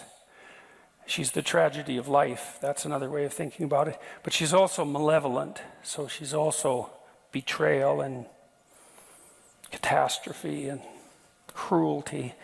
And the king and queen don't invite her to the christening. And you think, well, no wonder. Do you really want something like that at your child's birthday party? Or the christening, let's say? And the answer is, if you don't want that there, then you're that. And that's a hell of a thing to realize. Because if you don't allow your child to encounter what's negative about the world in measured doses, and even what's malevolent about the world, then they don't learn how to weave their way around that or to cope with it. Both of those are important. And then they're laid open to it, and then that's on you. And you're doing it because you don't want any of that in your child's life. You don't want any tragedy, you don't want any malevolence, which is why they don't invite her to the evil queen to the wedding. And then what happens later in the story? Well, Maleficent says she's going to either kill Sleeping Beauty, and that's because people who aren't prepared are more likely to die, or it's modified in the story so that she'll only become unconscious. And what does that mean? Well, that's what happens, to people who can't cope with the catastrophe of the world, is that they are tempted by unconsciousness.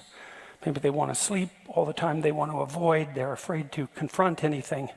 Right? They want to shrink back instead of advancing forward. And to advance forward, in some sense, is to advance forward with full consciousness and courage, and to shrink back is to wish for unconsciousness and maybe even death. And so when Sleeping Beauty hits puberty, she falls in love instantly with some guy she meets in the forest, which is not really something to be recommended. And she falls too hard and too fast for anyone who's sensible, and then finds out that that's a love that's not meant to be, and she's so catastrophically destroyed by that Maleficent is able to entice her into unconsciousness. And so then she's asleep. And she's asleep because the world's too much for her. She wants to be asleep. The rest of this story is about, I think it's Prince Philip, the hero, who confronts Maleficent, who transforms herself into a dragon and attempts to destroy him. And he confronts her successfully and hacks his way through all the thorns that she's put around the castle and wakes Sleeping Beauty up. And you can think about that in a sort of cynical way, that this poor unconscious girl needs the hero, who's a man, to save her from the catastrophe of nature and malevolence and tragedy. But you can also read it psychologically, and you can say that it's the awakening of the spirit of the hero and the conscious willingness to advance in the face of tragedy and malevolence that's the proper antidote to the desire for unconsciousness in the face of the vicissitudes of life. And you can also read it as a romance, because to some degree, women who have to take care of infants do depend on men to confront the world and protect them. But it's very nicely read as a psychological story as well, and it's accurate. Now, back to the man who wrote me about his fantasies.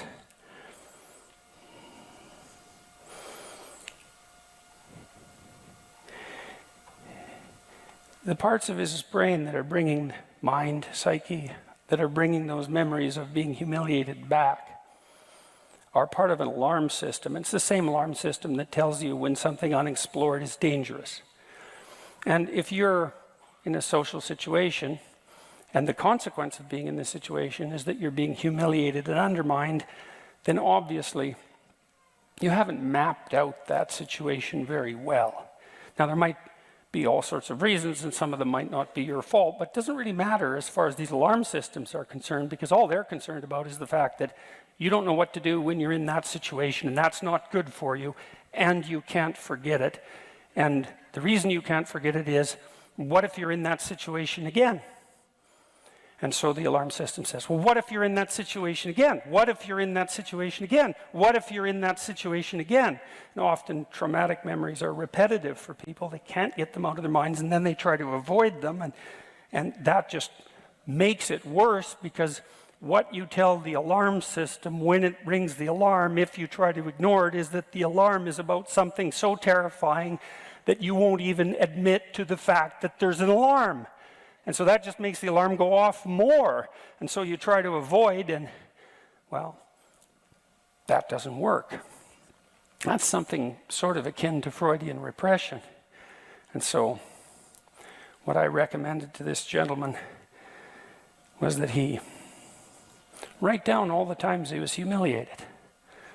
It's like, so you've got these memories that won't let you go, you know, these people who took advantage of you. What happened exactly? That's hard to figure out, right? And maybe now he's a little smarter than he was in high school, because maybe he's 4 years older. It's like, what exactly happened? Because the memory will be emotion-laden, but there's a lot of detail around it that's really relevant.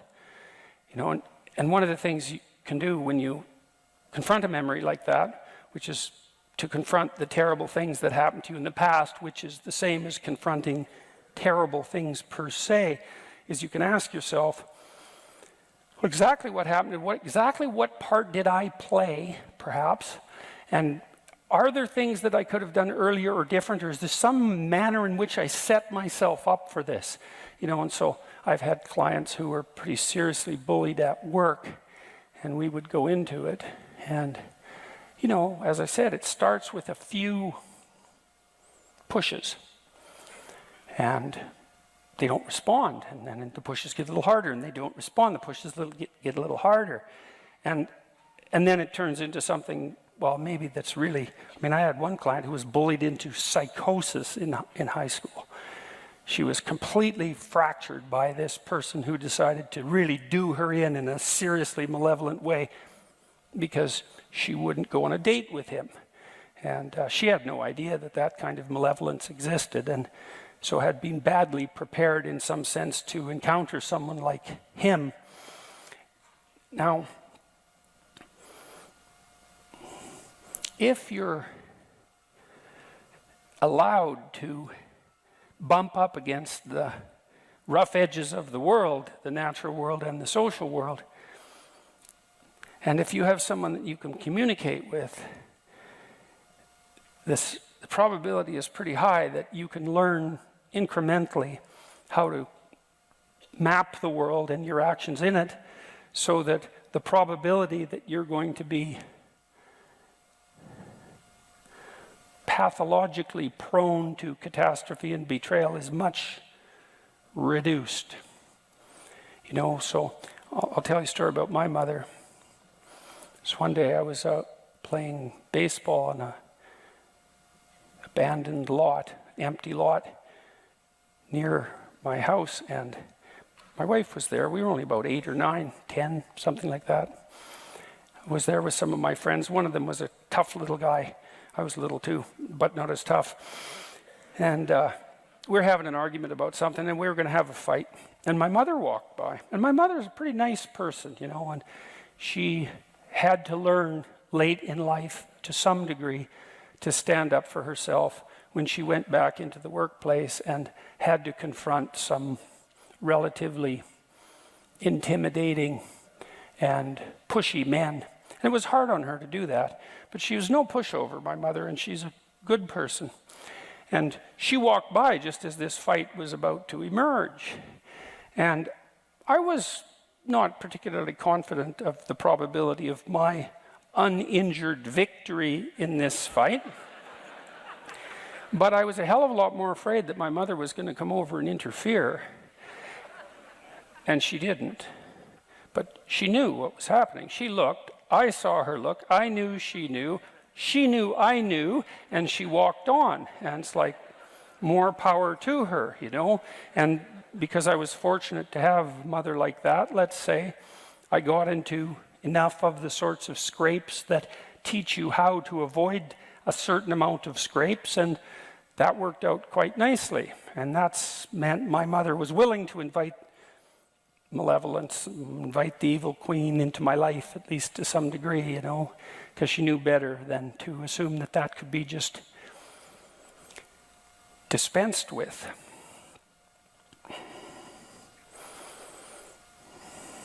This program so this guy that was having these fantasies, he said he's very afraid of the fantasies because they were murderous. And you think murderous fantasies, when do they emerge? Well, they definitely emerge when you've been pushed 100 times and now you're past anything that vaguely resembles reason. And then the fantasy comes up as a manifestation of rage. So I asked him to write down what had happened and also to write down the fantasies. You know, what reaction is it that you're having? Now, you'd hope that it wasn't like he leapt from happy to murderous in one leap. He went through mildly irritated, extremely humiliated, continually humiliated, repeatedly continually humiliated, and then, well, even a few years later, into murderous rage. And the problem with that is that he should have intervened a lot earlier. And so part of what he needed to learn by going back into that memory, which was now associated with those murderous fantasies, is that the aggression that was manifesting itself in the fantasies hadn't been manifested early enough in the process that led to his humiliation.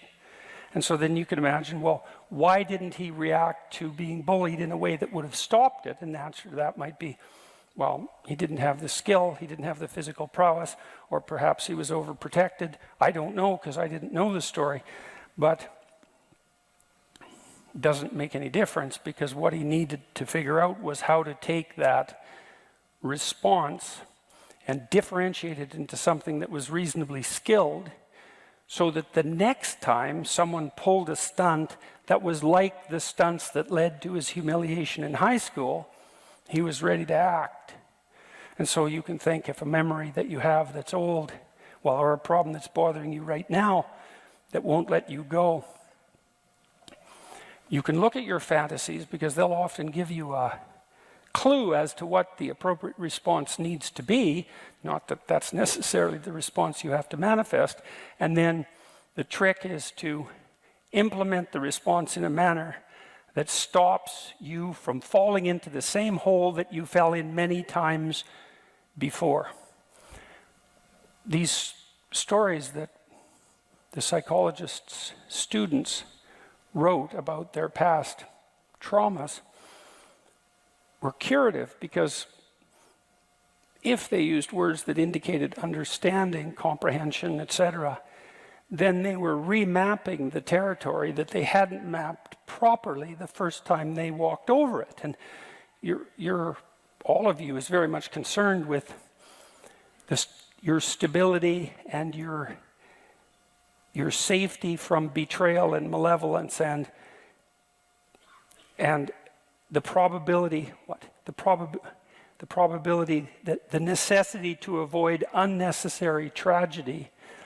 And so any past behavior that indicates that there's a hole in the map that you're using to orient yourself in the world lets all that terror shine through, and that's what the alarm is. And the reason it goes off is because it's saying to you, you have a map, it's got some bad holes, and the holes are places you probably are going to have to go again. And so if you go there again and the hole's still there, you're going to fall in the hole. And the last time you fell in the hole, it wasn't good for you, and so you should be alert to that. And so that's the reason that memories of that sort won't go away. It's actually a good thing, although it can be very bad if you don't know what to do about it. And it isn't merely a matter of expressing the emotion that's associated with the past catastrophe, because often that not only does that not help, it can actually make it worse, because the mere expression of your frustration, let's say if you were bullied in high school, doesn't stop you perhaps from still being the sort of person that might be bullied by your coworkers. And that's not a positive outcome by any stretch of the imagination. So, this program we wrote, it's sort of like psychotherapy for free, essentially. It asks you to, and I used it on this client of mine who'd been bullied into a psychotic state when she was in high school. She could hardly even talk when she first came to see me, and she was hallucinating in all sorts of strange ways. She was really badly fractured by this person who'd tortured her 3/4 to death, and we went through her whole life. She could talk a little bit, and she could write a little bit, and I sat her behind my desk at my computer, and we opened this program. And what it does is it has you divide your life up into epochs, whatever you want. Maybe it's kindergarten, grade 1 to grade 3, grade 3 to grade 6. You know, you can do it numerically like that. You could do it by age. I had people who were more agreeable in temperament. They would divide their life up into relationships. That was really how they conceptualized the stages of their lives. Each relationship, you know, it depends on you. It doesn't really matter, however you conceptualize your life. And then the exercise has you walk through and describe significant events, positive and negative, to lay them out and then to analyze them. It's like, well, what did you do right that enabled the positive events to occur? And what did you do that you might be able to alter, or that you learned to alter later, or that you could alter now, that would help you avoid the negative events? So it's not merely the recounting of the negative, it's, in some sense, it's the extraction of the moral of the story. You know, there's this old idea, I'm sure you've heard me talk about it before, that dragons guard gold. It's a very strange idea, very old idea, treasure of one sort or another, that they threaten the city eternally. That's a dragon.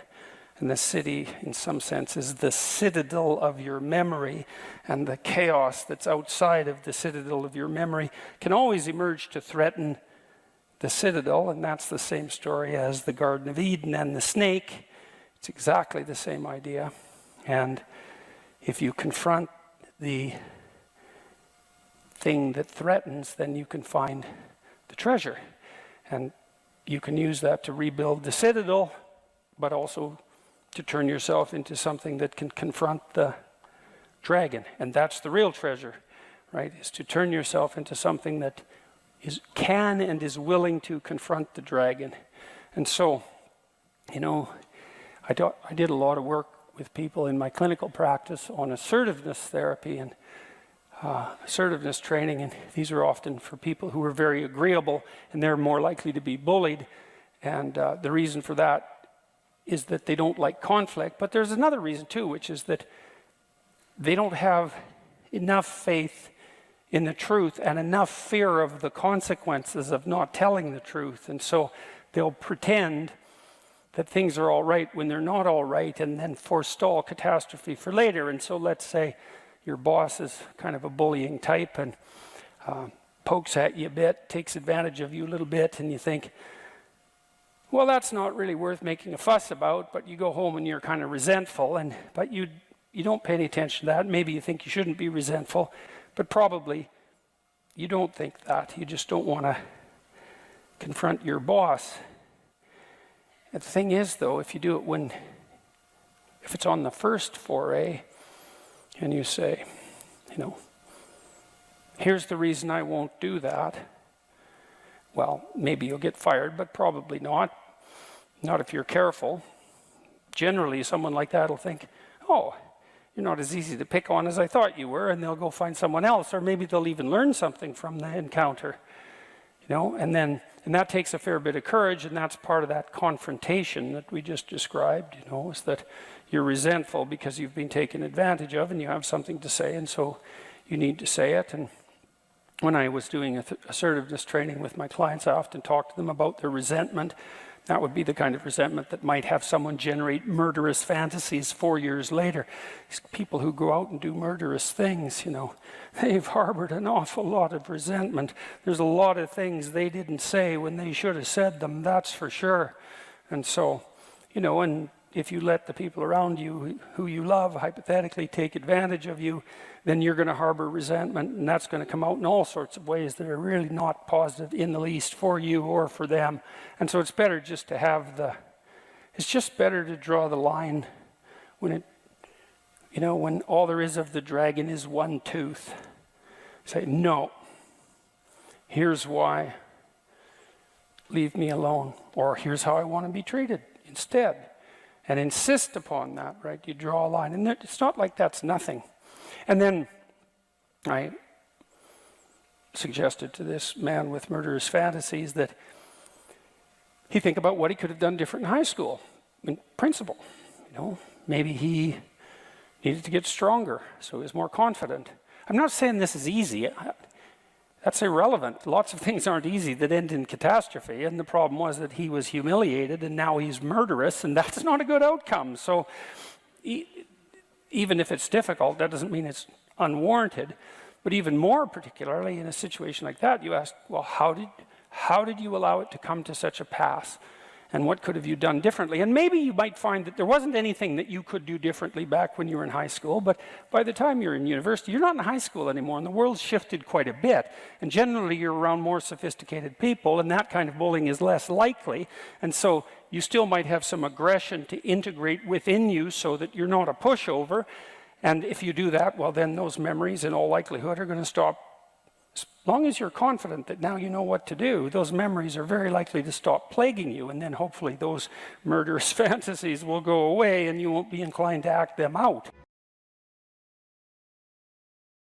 One of the things Solzhenitsyn said about hedonism, he said, the doctrine that life is for happiness is invalidated by the first sound of the jackboots kicking in your door. And so then the question is, well, what do you do in the face of suffering when your philosophy is hedonic, is hedonistic? And the answer is collapse. And that means that happiness as an aim is shallow and weak. It cannot withstand suffering. Obviously, because when you're suffering, you're not happy. And if the purpose of life is to be happy, then when you're suffering, your life has no meaning. And then if you're suffering and there's no meaning in the suffering, then you're really suffering. That's really hell. But then you think, and this is something that's really heartened me. I talk to my audiences, especially to the young men. I say, look, first of all, don't aim at being happy, because that's just not going to work, especially when the storms come and barbarians are beating at the gate. You can just forget about that. And there's going to be times in your life where you're suffering so much you can't believe it. And so you're going to need something a hell of a lot more robust than happiness to get you through that. And then you might say, well, what's more robust than happiness? Or maybe even what's more robust than pain? And then you could say, well, how about adventure? How about adventure? How about we go out and sail the uncharted seas, How about we go and, Jesus, I talked to a guy the other day. He's a driver for me down in Nashville, where I am, ex-military guy, special forces guy, tough as a bloody boot, now works as a cowboy out in Montana, a real character, perfect bloody American archetype. He knew he wanted to be in the special forces when he was 5.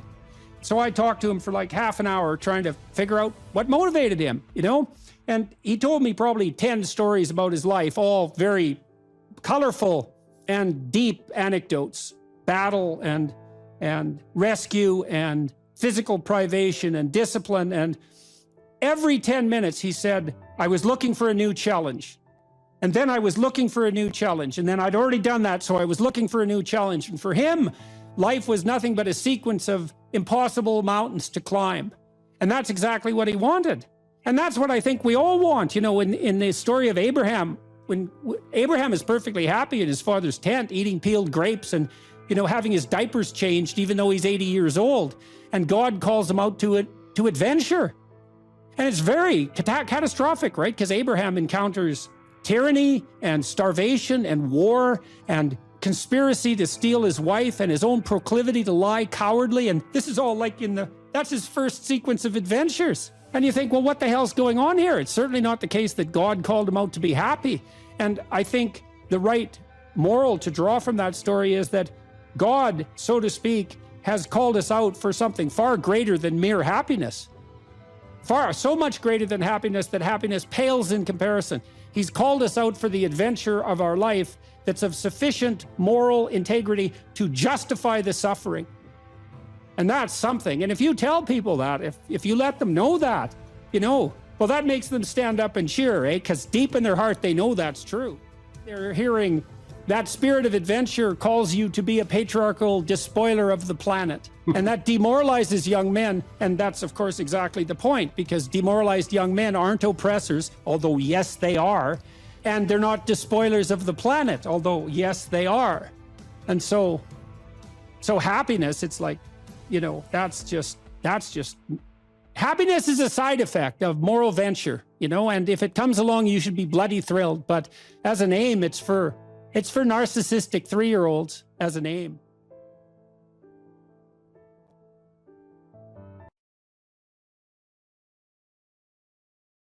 What sort of life would you have to have so that you could bear your suffering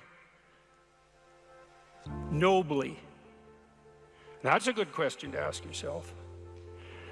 Now, and so we had people just write for 15 minutes.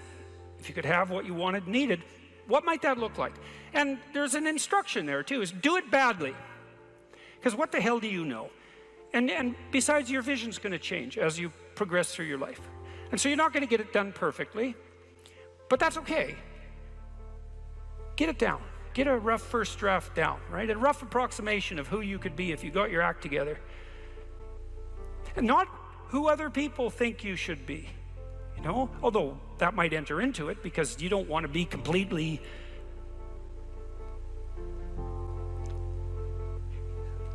You can't be who you are properly and ignore the fact that you're embedded in a social context. And so you have to take the fact that there are other people into account. And it doesn't mean be who your parents think you should be either, even though that's another source of information that you might want to consider. It's a deeper question. It's like, what would actually motivate you? And you might think, well, I could never have that. It's like, that's not the question that's being addressed here. Although I would say, there's no sense floating off into some kind of impossible juvenile fantasy. And we're making an assumption that you're taking the question seriously and that you're going to remain within the bounds of what you regard as sanely reasonable. So that's the first part. Second part was the opposite of that. It's like, okay, now you've specified a goal, where the goal is, in some sense, both your character and your life. And you've specified that rather vaguely. You only had 15 minutes to write about it. And that's a good thing, because now you have something to move toward. Now, I could tell you this technically. This is an interesting thing to know. People say they want to be happy. That's not true, by the way. If you investigate what people mean when they say they want to be happy, they say, I just want to be happy. It's a very funny phrase. It's, what do you mean, just? Like, there isn't anything harder than that. So you can't just say just, that's all you want. You just want to be happy all the time. That's all it would take. It's like, good luck with that. That's not going to happen. So you can get rid of the just. And then, I want to be happy. Well, maybe. Actually, what people really mean when they say that is they don't want to suffer and be miserable. So really what they mean is they don't want to experience excess negative emotion. And you can find that out if you carefully question people and carefully analyze the answers. You find out they're actually more concerned about avoiding the catastrophic negative than living in a world of hedonistic delight. Now, you also find that while avoiding the catastrophic tragedy, they wouldn't mind having a little bit of hedonistic delight. And so some happiness is interleaved in there. Then you might ask yourself, to the degree that people do want hedonistic delight when they're being happy, what does happy mean? And you might think, well, happy means getting what you want. Happy is how you feel after Christmas dinner. It's like, no, that's asleep, right? That's content and asleep. Now that's a form of contentment, but it isn't really what people mean when they say that they want to be happy. The happiness that people refer to when they talk about happiness has more to do with enthusiasm. And enthusiasm is an interesting word because it means, it's entheos. It means to be inspired. Inspired is in spirit. It means to be imbued with the Spirit. Well, enthusiastic is to be imbued with the Spirit of God, interestingly enough. And we'll return to that. When do you experience the positive emotion that's associated with happiness? The answer is, not when you've attained a goal, but when you're pursuing one. So you're set up, your positive emotion is associated with movement forward. You could say that your positive emotion is the psychological equivalent of forward movement, just as your negative emotion is the psychological equivalent of freezing or retreating. And so your emotions are very tightly tied to your action. Freeze, retreat, negative. Advance towards a goal, positive. No goal, no positive emotion. Now, if you don't remember anything else from tonight, that's a good thing to remember. No goal, no positive emotion. A corollary of that as well is no goal, confusion. So no goal not only means no positive emotion, it also means confusion, and confusion means anxiety and dread. And so a life without a goal is confusing and hopeless. And that begs the question, what should the goal be? And that's partly what we're trying to establish. You wrote for 15 minutes, you try to develop a vision for your life. Now you have something to move toward. That sets up the precondition for potential positive emotion and happiness. What else do you need to motivate you? Well, how about negative emotion? So what do you do with that? Well, negative emotion can stop you. You might think, well, I'd like to get a better job, but I'm afraid of putting myself out in the job market. I'm afraid of being evaluated. I'm afraid that if I tried something more difficult, I might fail. Then you have your negative emotion opposing you, right? It's anxiety is stopping you. And fair enough, because there are things to be anxious about.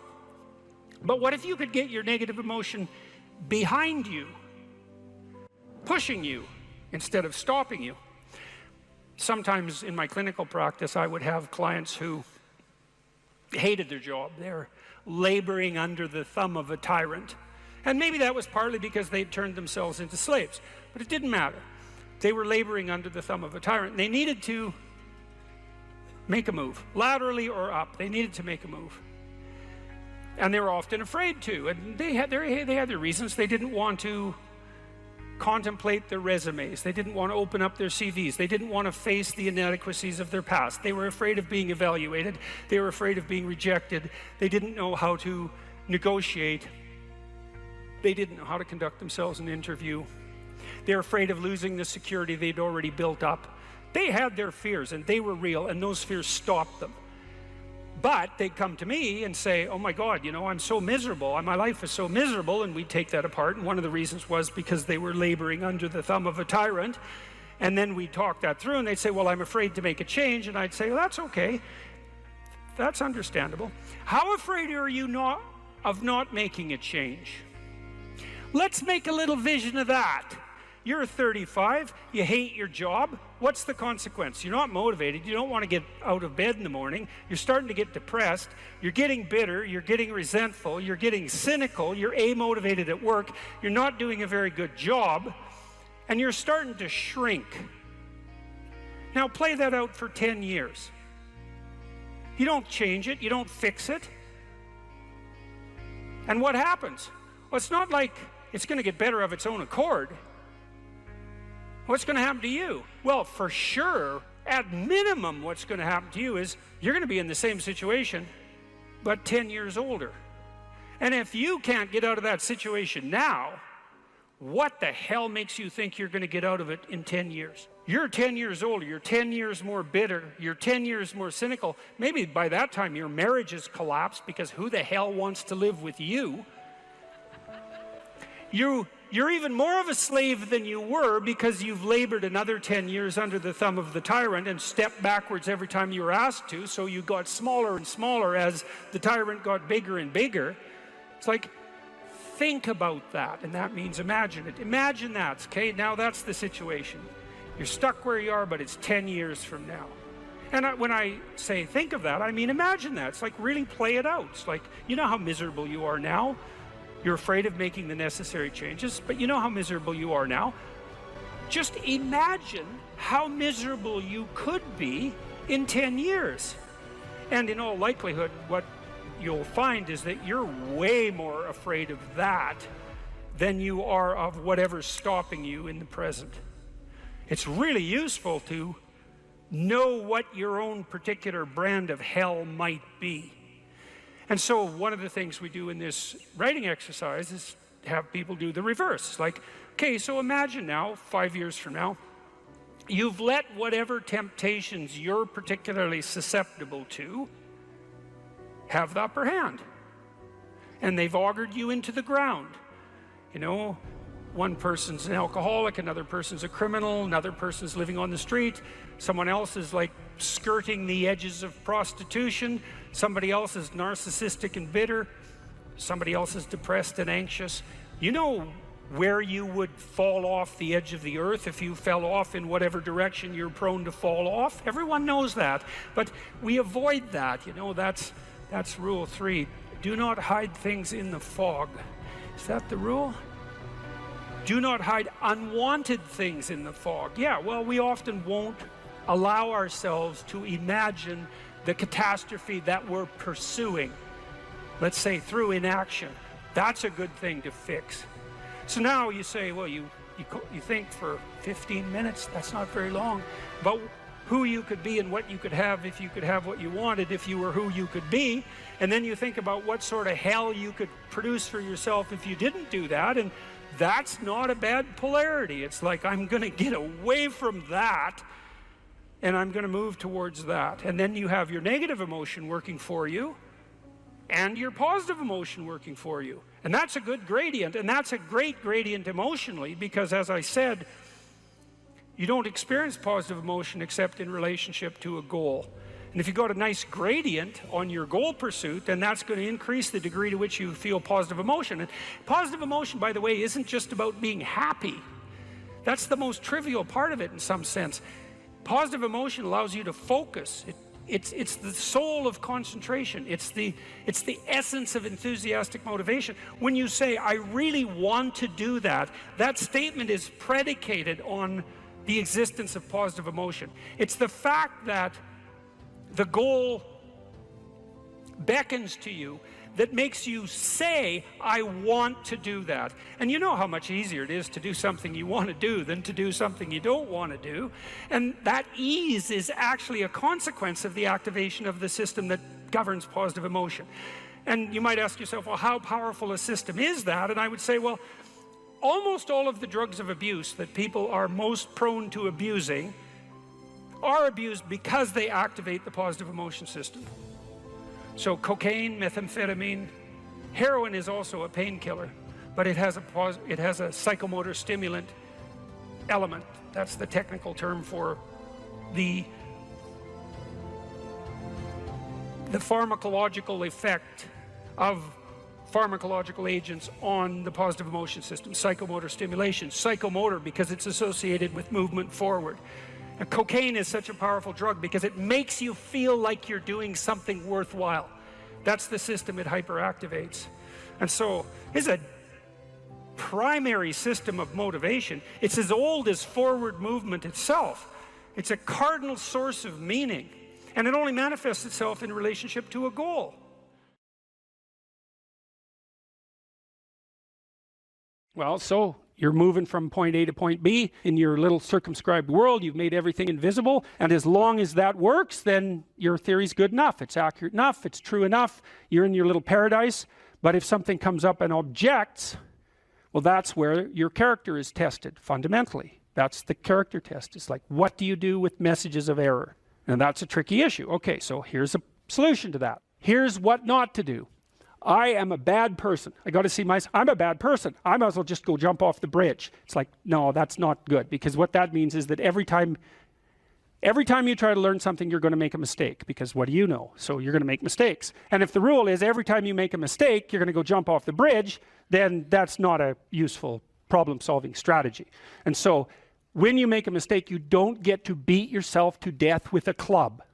It's a bad strategy, and you'll have your internal tyrant in there who's perfectly happy about doing that. That's the, overactive superego that Freud talked about. Maybe it came to you via a parent who was too authoritarian, or a grandparent, or maybe it's just you because you're disagreeable and neurotic, and so you'll take or hyper-conscientious, you'll take yourself apart.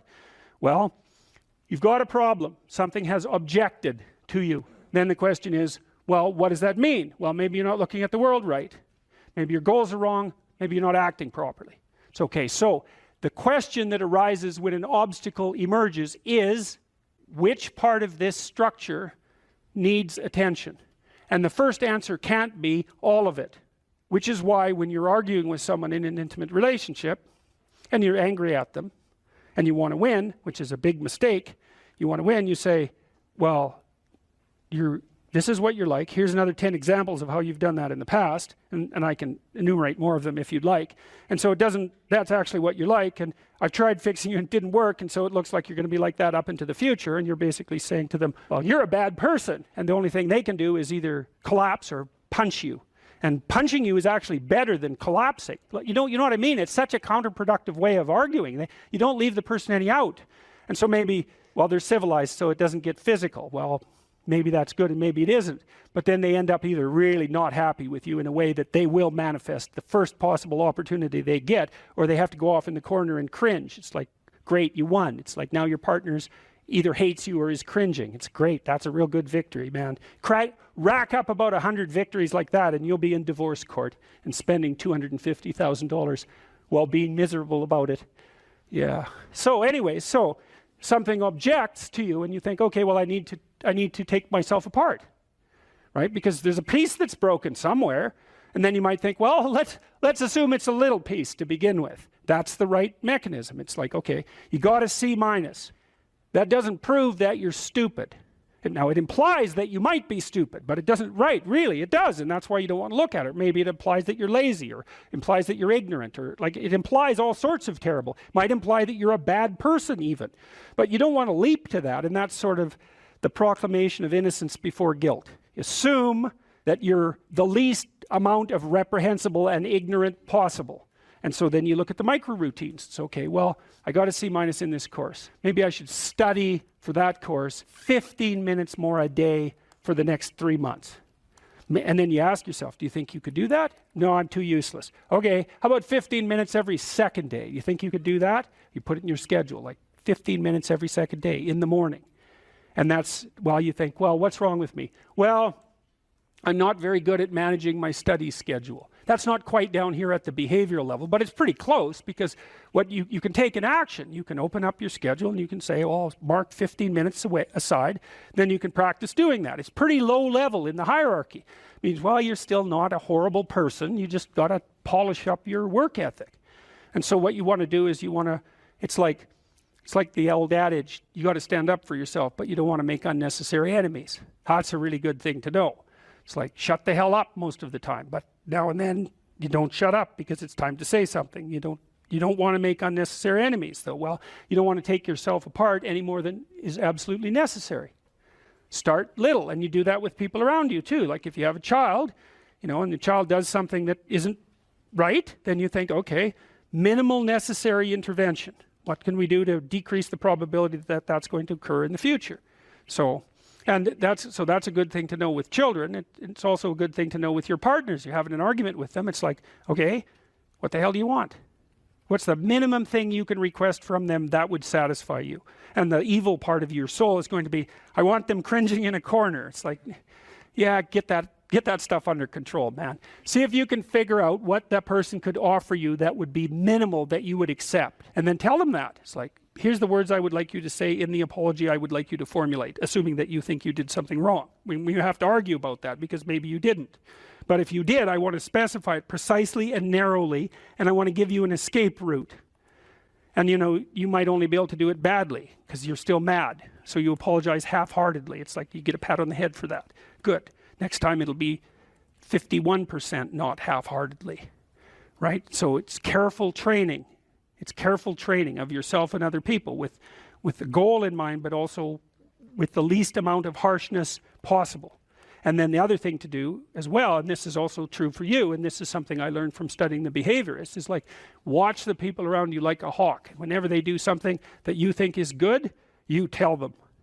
That's wisdom, man. You'll get so far with that you cannot bloody well believe it, because most people, they're afraid of any number of things, but one of the things they're really afraid of is that now and then they'll creep out of their cynical shell and try to do something good. It's like they're popping out this thing that's unbelievably vulnerable. They'll try to do something good and creep right back into their persona, and they'll look around and see if anyone noticed.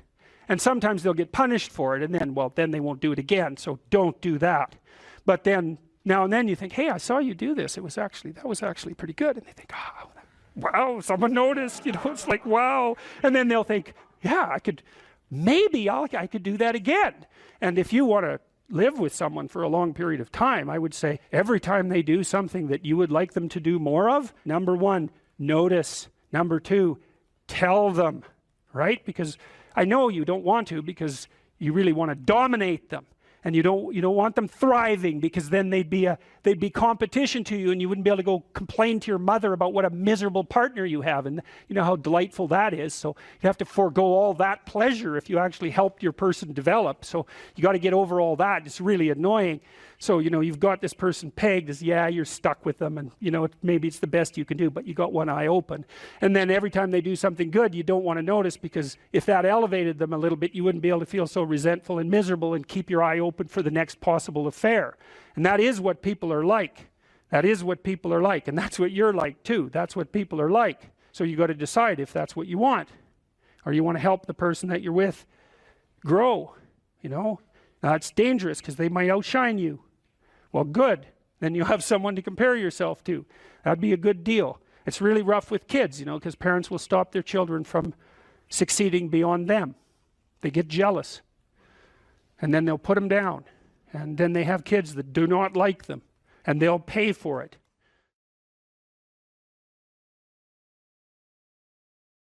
Another way of thinking about this too, in the Abrahamic stories, God calls to Abraham to get him to leave his father's tent. He's there like till he's 80, lagging around, lolling around, being useless. And the call to adventure arises, and it's attributed to the voice of God. And Abraham goes out in the world, and he has a hell of a terrible time of it. He encounters famine and tyranny and conspiracy to steal his wife. And it's really quite dreadful, to the point where you might think that Abraham was a lot better off just being in his tent.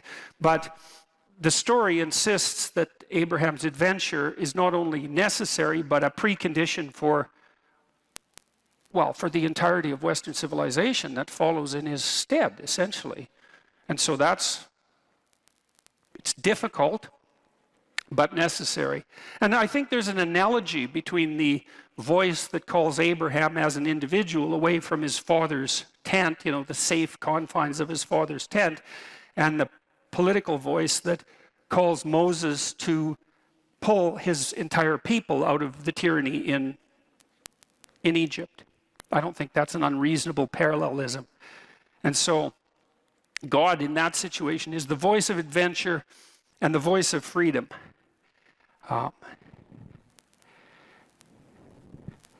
Okay, now,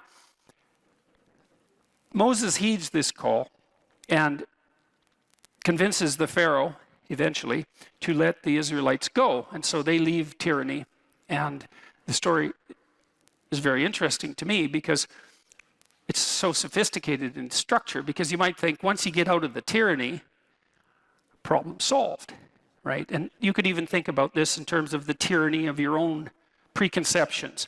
You drop the constraints you've laid upon yourself, the arbitrary constraints you've laid upon yourself, or you stop imposing your will on other people, or you escape from political or social tyranny, and everything's immediately better. And that's not what happens in the story at all. What happens is that the Israelites go from the tyranny into the desert. And it's not obvious at all that the desert is an improvement over the tyranny. And it's also a very strange story, because if you think about the story geographically, the desert that the Israelites were hypothetically wandering through isn't that big. And they're there for like 45 years, and you think, well, that's kind of a failure of leadership. It'd take like 2 weeks to walk across the desert, yet they're out there for 45 years or 40 years.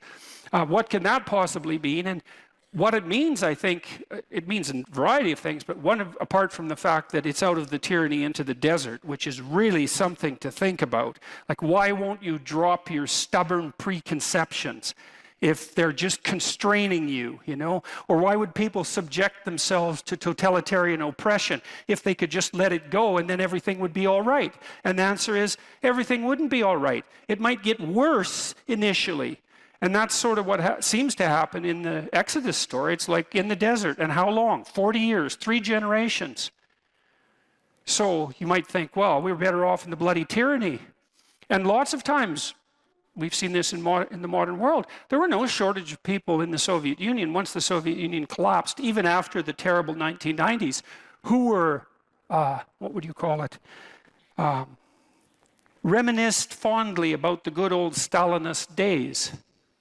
And you can kind of understand that, because maybe knowing exactly what you should be doing all the time is preferable to not knowing what the hell's going on ever. And maybe that's the distinction between the tyranny and the desert. You know, you drop the tyranny, but then what? Well, what happens in the desert? The Israelites are wandering around there for like decades, and they fight amongst themselves. And Moses has to act as a judge. I won't get into that too much, but he judges them for a very long period of time, for many, many hours every day, trying to help them regulate their behavior now that they don't have a central authority.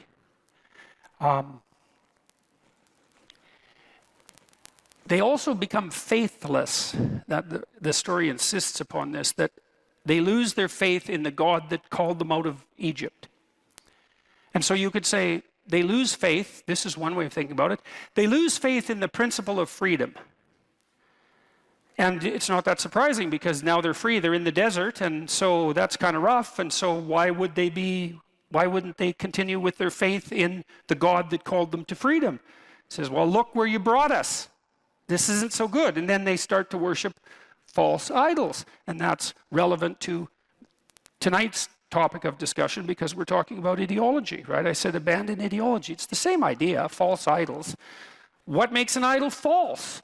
The Israelites are thinking, well, God and his desire for freedom brought us to this desert. How about a new God? You know, one that's not so annoying, let's say. And so that's all well and good, and they start worshiping all sorts of different idols, golden calf, for example, and they're having a fine old time of it, fractionating into their multiple groups of belief, worshiping false idols. I should make just a side note about what worship means, because it's a weird word. And I would say, you know, if you hero worship someone, then you want to be like them. And so worship has that fundamental element of mimicry. And so that's tied nicely to this notion that what you believe is what you act out, not what you say is true. And so to worship something is to be compelled by the desire to imitate it. You know, you might say, well, if you're a big fan of a star, someone make a joke near you and say, well, you worship that person. It's like, well, it's not exactly a joke. The grip of that admiration is part of the impetus to imitate. And so then I would say, well, just as what you value most highly is that which you act out, what you worship is that which compels you to imitate. That's what the act of worship means. To imitate and to celebrate. To celebrate is to put at the highest place. To say this is the highest of values. And so now the Israelites are out in the desert and they're worshiping false idols, which means they're putting the wrong thing in the highest place. And then we have the same objection. How do you know that it's the wrong thing? Which is the same question. How do you know when a belief is an ideological belief and when it's valid? Or can you even say such a thing? And how do you know when you're saying it that you're not just falling into the same trap? I'm trying to puzzle that out piece by piece. I want to tell you a side story here, then we'll go back to the narrative. A couple of side stories. On the back of your dollar bill, there's a pyramid. And at the top of the pyramid, there's a cap, and the cap is separated from the pyramid, and there's an eye in the cap. Okay. And then in the Washington Monument, at the top of the Washington Monument, there's a pyramid, and at the top of the pyramid, there's a cap, and it's made out of aluminum. In ancient Egypt, that cap was made out of gold. The reason it's made out of aluminum in Washington is because aluminum was more expensive than gold when the Washington Monument was made, and they wanted to make the cap of the pyramid, which is the thing at the very top of the pyramid, they wanted to make it out of the most valuable material.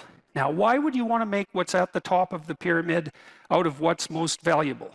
And the answer to that is something like, the thing that's at the top of the pyramid, since it's at the top, should be the thing that's most valuable. And what's most valuable? Well, gold's valuable. Why? Well, it's like the sun. It's incorruptible. It's a noble metal. It gleams like the sun. It's a symbol of value. And so the notion there is that the thing that's at the very pinnacle of the pyramid should be the thing that's most valuable. And then we're back to the question. How do you know that something is valuable compared to something else? Okay, so put that aside, back to the Exodus story. So the Israelites are worshiping all these false idols, and God's getting upset about this. And he sends a bunch of poisonous snakes in amongst the Israelites to bite them. And which seems kind of heavy-handed, you might say, because the poor Israelites, they're thinking, tyranny, desert, snakes, enough. And fair enough, I have all sorts of sympathy for their position, because out of the tyranny into the desert, that's no joke. And then to add snakes to that seems like too much. But doesn't matter, because you'll find yourself in your life at times when you've gone out of the tyranny into the desert and you're suffering plenty, and then the snakes come and you're suffering even more. And well, the Israelites get together and they go to Moses. They get together and they think, okay, enough snakes. We'll repent. They go to Moses and they say, look, we get it. Can you have a chat with God? Get him to call off the snakes. And so Moses says, I'll see what I can do. And he goes and has a chat with God. And he says, you're stiff-necked people. It's a reference to the Pharaoh. Repent. Do you think you could do something about the snakes? And God has a perfect opportunity there to just get rid of the snakes since he brought them. But that isn't what happens. And that's extremely strange, at least. Now, I'm not going to claim that what I am going to tell you that I think it means is what it means, because who knows these things. But I think we could all agree that at the very least, that's very strange. The whole story is strange, but that's strange. Moses goes to God. He says, you could call off the snakes, and God doesn't. He says something almost incomprehensible. Instead, he says, you should take Moses already has a staff. It's the staff of Moses, and he's done all sorts of magic tricks with it before, like turning it into a snake and having it turn back into a staff. And I won't get into that. That's a very interesting idea in and of itself. But God tells Moses' staff is also the staff of God. It's the thing that Moses relies on. It's, in some sense, it's the thing he can lean on. And so the staff is something you can lean on. And when you're walking, of course, the staff helps you stand and walk. And so it's a support. It's something reliable. Anyways, God tells Moses, take the staff and cast it in bronze, and then cast a snake in bronze, so make a sculpture, and stick the snake on the staff and put the staff in the ground, and then have the Israelites go look at the snake. And if they do that, then they won't be poisoned when they get bitten. And you think, what the hell is going on with that story? It's like, it's so peculiar. You know, this is one of those situations with the story you think there's either something deep going on here, or it's completely, I don't know what your conclusion can be. It's incomprehensibly strange, but that's the story.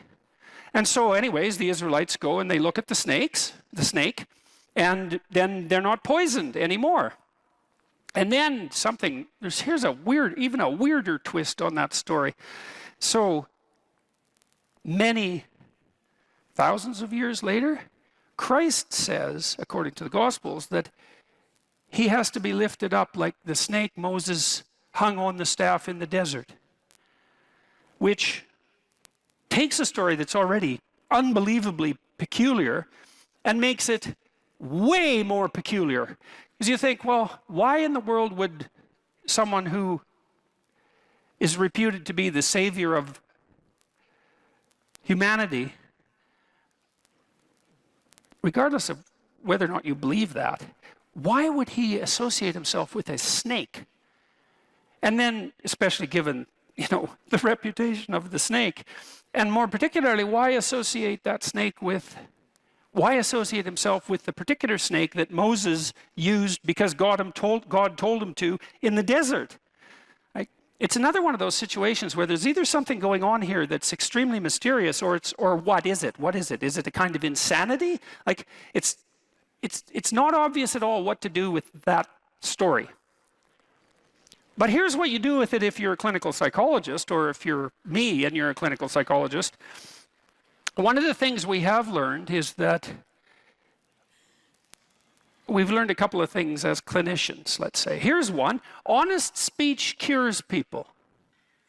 Right? So Freud, in some sense, was the first person to really formulate that clinically.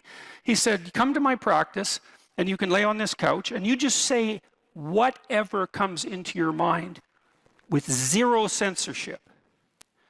And the consequence of that will be your thoughts will weave a pathway to your problems, which will then reveal themselves in a manner that, in principle, allows you to, for Freud, express the emotion associated with the problem and be cured as a consequence. Now, I don't think Freud had that right, because it's not the expression of the emotion that's curative, but it is the case that clinicians have agreed that untrammeled speech, so that would be free speech, except in the clinical setting, is in fact curative. And you kind of know that, right? Because you have people around you, perhaps, that you can tell the truth to, and vice versa. And there are times when, well, all the time, that might be painful because they tell the truth, and so do you, but it's really helpful, and sometimes it's absolutely bloody necessary, right? Especially if you're in trouble, because you want someone that you can tell the truth to who will return the favor. And because thought is associated with adaptation, then true thought is going to be associated with redemption. So the truth sets you free in that regard. And so that's one thing that clinicians have all converged on, regardless of their school of clinical endeavor. And here's another. If you voluntarily confront what you're afraid of, you get braver. And so the behavior therapists, The Freudians figured this out a bit because they would have you revisit trauma that occurred earlier in your life. And that's a pretty common therapeutic technique. We should talk about those things that still plague you emotionally. I don't think we should talk about them so that you get to express the associated emotion. I think we should talk about them so you figure out how it was that you were vulnerable enough so that you got hurt, and then figure out how to not have that happen anymore. I think that's really the conclusion of a century's worth of clinical practice. But the other conclusion is, you face what you're afraid of voluntarily, you get better. So if people have a phobia of elevators, they're agoraphobic, you can teach them slowly to approach an elevator and to open it and to go inside it, and their fear of the elevator will radically decrease. And their fear of many other things will decrease simultaneously, because it turns out that when you face the things you're afraid of voluntarily, you don't get less afraid. You get braver. And that's better than less afraid, because imagine if it's just less afraid, you'd have to expose yourself to every single thing you were ever afraid of, in order to become less afraid. But if you got braver, you just expose yourself to some of the things that, that intimidate you, and there'd be a growth of personality as a consequence of that, and then you'd be better off in facing all of the things you're afraid of. Well, that's what happens in the desert. So there's this weird idea, and I don't know what to make of it exactly, but you can see what you can make of it.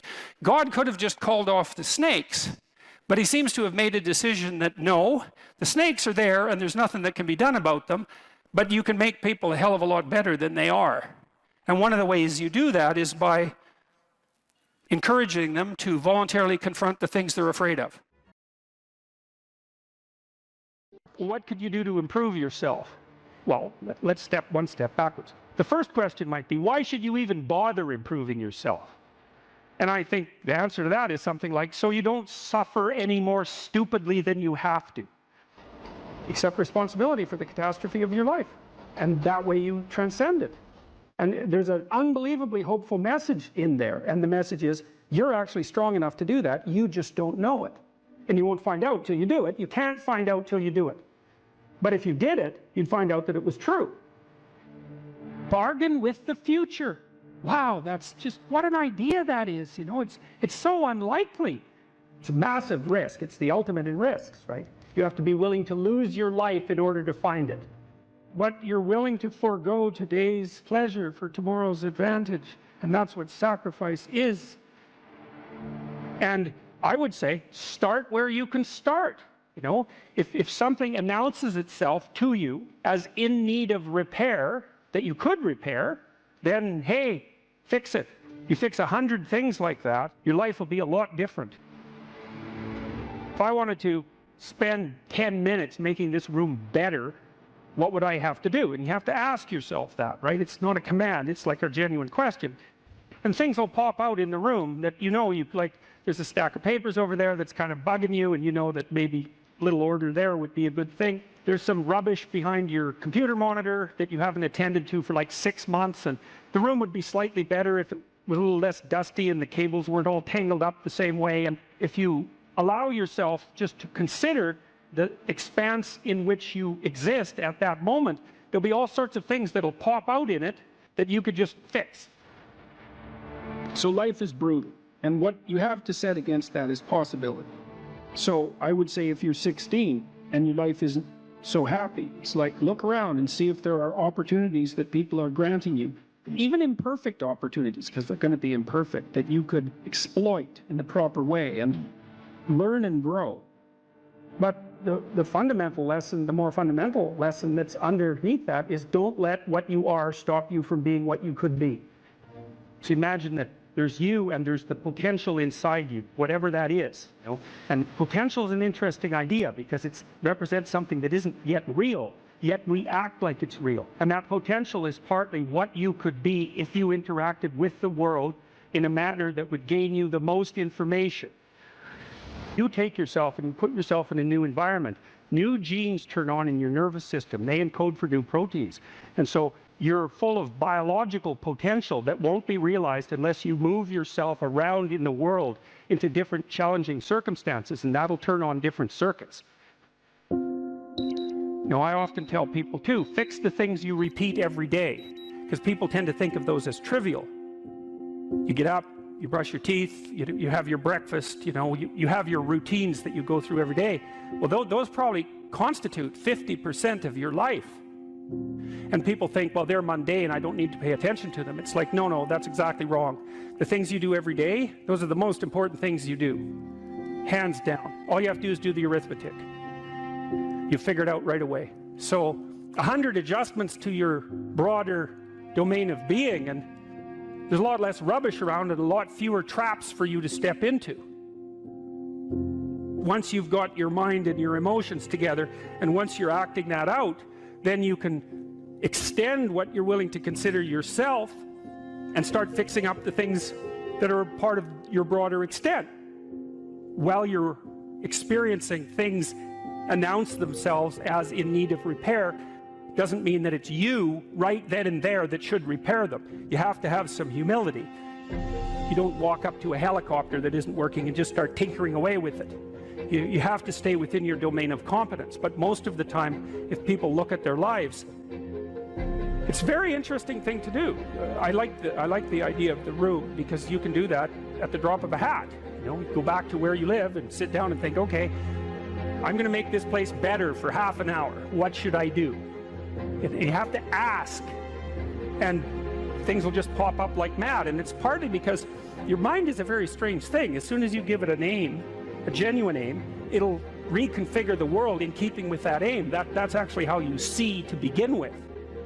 And so if you set it a task, especially, you have to be genuine about it, which is why you have to bring your thoughts and emotions together, and then you have to get them in your body so you're acting consistently. You have to be genuine about the aim, but once you aim, the world will reconfigure itself around that aim, which is very strange.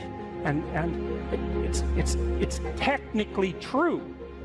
And so I think that you can, in fact, decide to take on the load that's optimally meaningful if you want, and then you get to have your cake and eat it too. You're on the pathway to continual incremental improvement. You only have to burn off a feather at a time instead of having the whole bloody thing burst into flames. It's a constant source of renewal. And there's an idea that to be renewed, you have to drink the water of life. That's an old mythological idea. Chaos is water. Water is chaos. Water is what washes away too much order. And to stay continually refreshed by the water of life is to take on exactly the right amount of chaos to make sure that your garden is properly nourished. And I think meaning is actually the marker of that. You don't choose your interests, they choose you. And that's really worth thinking about too, man, because, it's really hard to get interested in something you're not interested in, even if you know there's a good reason for it. You're studying for an exam, you find the material boring, anything will be more interesting than the study. Even though you know that that's what you need to do, you can't voluntarily grab yourself by the scruff of the neck, let's say, and shake yourself and say, sit down and concentrate. Your mind will just go everywhere. But then if you're interested in something, and even if it's something you shouldn't be interested in, because that happens all the time, then it's like you're a laser focused, man. You can pay attention forever. You can work until you're exhausted. You won't even notice it, and you remember everything. It's like, okay, if you can't control your interest, what does? Your interest was being manipulated behind the scenes by unseen forces that were associated with your characterological development across time. That was the manifestation of the self. So the self is the potential you, let's say. And the way it operates in the present is by gripping your interest and directing it somewhere. And that's part of the instinct of self-realization. It's a mind-boggling idea, man. Really is. The potential that you are has to manifest itself somehow in the here and now. It has to. And what better way than by directing your attention? It's like, it seems like this might be useful for you. Maybe you get attracted to this person. Maybe you admire this person. That happens with kids a lot. They'll admire someone and then copy them. And you can see that that's obviously part of their developmental progression. right? It's a form of hero worship, but kids are very imitative, and they hero worship at the drop of a hat. And so they're entranced by the next stage of development, and if they see someone who embodies that, especially if it's in the zone of proximal development, it's something they could achieve, stretching a bit, they find someone who embodies that next stage of development, and then they start to imitate them and act like them. Well, adults are no different. We're no different. We do it at a perhaps more abstract and sophisticated level.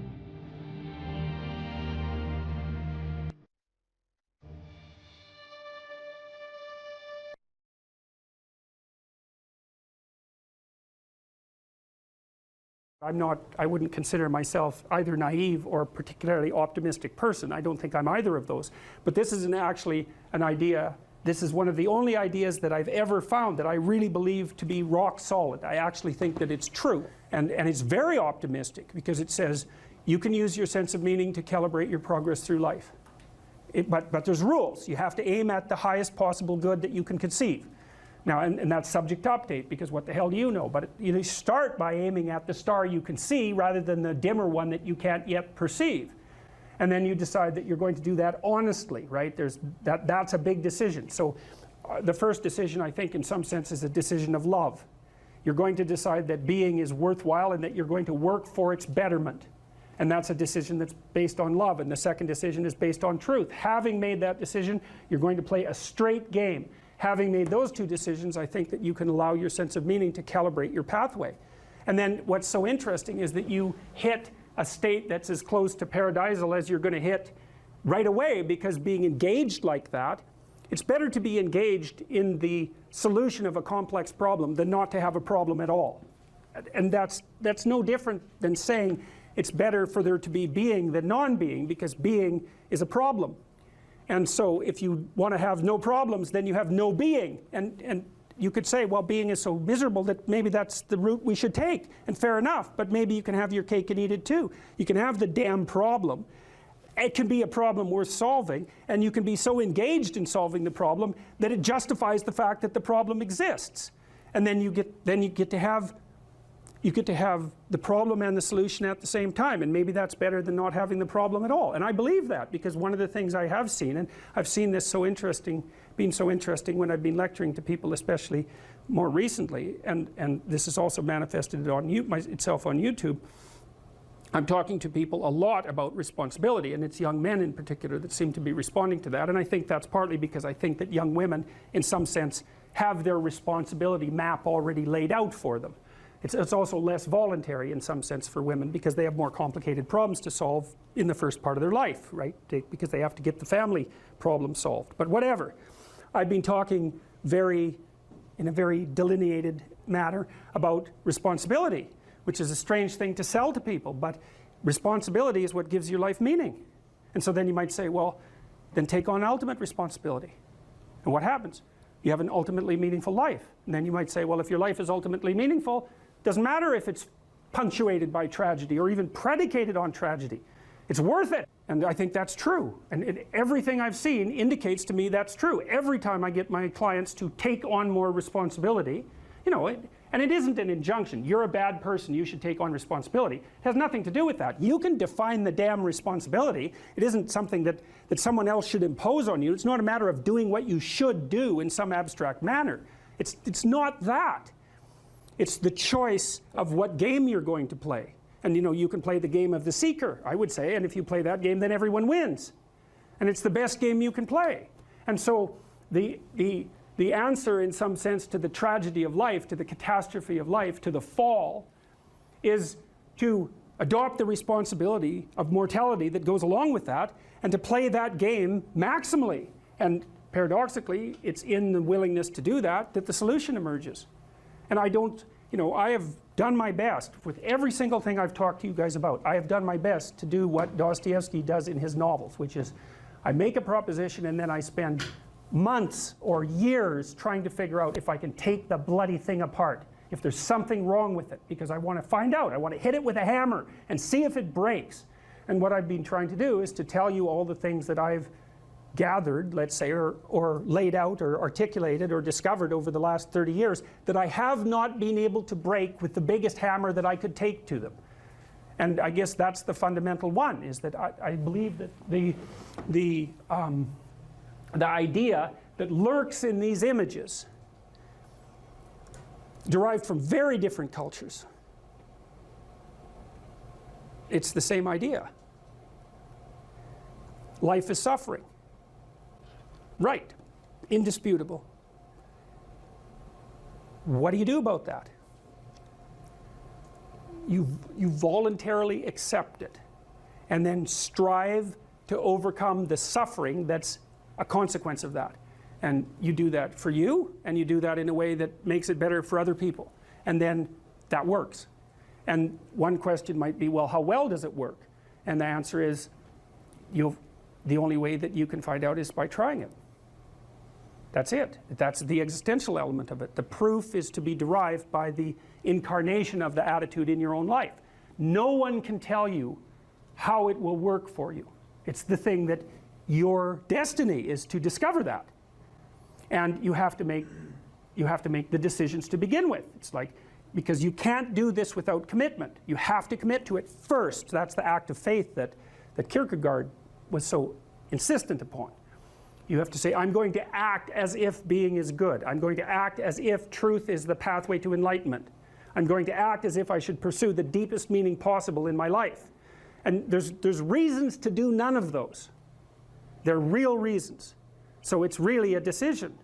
But you can't find out what the consequence of the decision is unless you make the decision. I think the same thing happens when you get married, by the way. So if you think you might leave, you're not married. And then you think, well, the marriage didn't succeed. It's like, well, maybe you were never married. Because the rule is, you don't get to leave. And there's a reason for that rule. Now, I'm not saying that there aren't situations where there should be exceptions made for that. That's not the point. The point is that there's some games you don't get to play unless you're all in. And the other thing that's so interesting about being alive is that you're all in. No matter what you do, you're all in. This is going to kill you. So I think you might as well play the most magnificent game you can while you're waiting. Because do you have anything better to do? Really? Why not pick the best thing possible that you could do? Why not do that? Maybe you could justify your wretched existence to yourself that way. I think you could. That's what it looks like. You know, people find such meaning in the responsibilities they adopt. It stops making them ask questions about what life is for. If you have a newborn child, for example, like, unless you're really in a bad way, psychotically depressed, or maybe your personality really needs some retooling, you stop thinking about anything but ensuring that that baby is doing well. And if someone comes along and asks you an existential question about your commitment to that, the right response is, why are you asking me such stupid questions when this is manifesting itself right in front of your eyes? Like, how blind can you be? That isn't a time for questions about the meaning of life. The answer is right in front of you. And if you can't see it, it's not because life has no meaning, it's because you're blind. I mean, that's what the image of the Virgin Mother and the child is all about. It's like, what's the answer to the meaning of life? Here's an answer. It's like, well, I'm going to criticize that. Well, go right ahead. You know, it's like what you're like a what do you call that? A termite gnawing on a temple. There's no utility in that sort of criticism. It's blindness. And it's the same thing with regards to the path of the hero. It's like it glistens in front of you and you can criticize it. It's like, fine. Put the cart before the horse and see how far you get. So I thought, to bring full closure to the class, I was trying to solve this terrible puzzle that confronted me and many other people about how it was that human beings got themselves in such a tangle about what they believed. Such a tangle that we were pointing the ultimate weapons of destruction at one another, which, by the way, we are still doing. And I thought, okay, well, I understand that. We need our belief systems. They orient us. And that means there will be conflict between belief systems, and that can be a catastrophe. And that's being played out everywhere, again, in very many ways. What's the solution to that? Well, One possibility is there's no solution. It's just mayhem all the way around. Could be the case. But it seemed to me, as I delved into it, that the proper solution to that was to live properly as an individual, because you're more powerful than you think. Way more powerful than you think. I mean, God only knows what you are in the final analysis. You're blind to your own weaknesses, but you're also blind to your own strengths. And so then I think, well, if you got your act together, it'd be better for you, and instantly it would be better for your family, assuming they wanted you to get your act together, and not everyone does, but, and then it would be better for the community. It's like, how far could you take that? If you stopped wasting time, and if you stopped lying, and if you oriented yourself to the highest possible good that you could conceive of, and you committed to that, how much good could you do? Well, I would say, why don't you find out? So that's what I think you should do. You should find out. You don't have anything better to do. And there's nothing in it, as far as I've been able to tell, there's nothing in it but good. So maybe you could sort yourself out so that you wanted nothing but the good. And then maybe you could help make that manifest in the world. And maybe we wouldn't have all these terrible problems then. At least we'd have fewer of them, and that would be a start. So it's the answer to the problem of humanity is the integrity of the individual. That's the answer. So, and states that are predicated on that realization are healthy. So, and states that aren't are doomed to stagnation and catastrophic collapse. And personalities that are predicated on self-tyranny and the tyranny of others are doomed to collapse. So, and then you think, well, what's the barrier? And the barrier is, are you willing to accept the responsibility? And part of the answer to that is, reduce the damn responsibility until it's tolerable. You don't have to fix everything at once. You could just start by fixing the things that you could fix. Or you could even do it more. You could do it with even less self-sacrifice. You could start by fixing only the things that you want to fix. God, you can get a massive way that way. So do it. See what happens. That's what you should have been taught in university right from the beginning. It's like, aim at the highest good. Tool yourself into something that can attain it. And go out there and manifest it in the world. And everything that comes your way will be a blessing. And so all you have to do is give up your resentment and your hatred. I know that's a hard thing to give up because you have plenty of reason for it. That's probably a good place to stop. So it was a pleasure.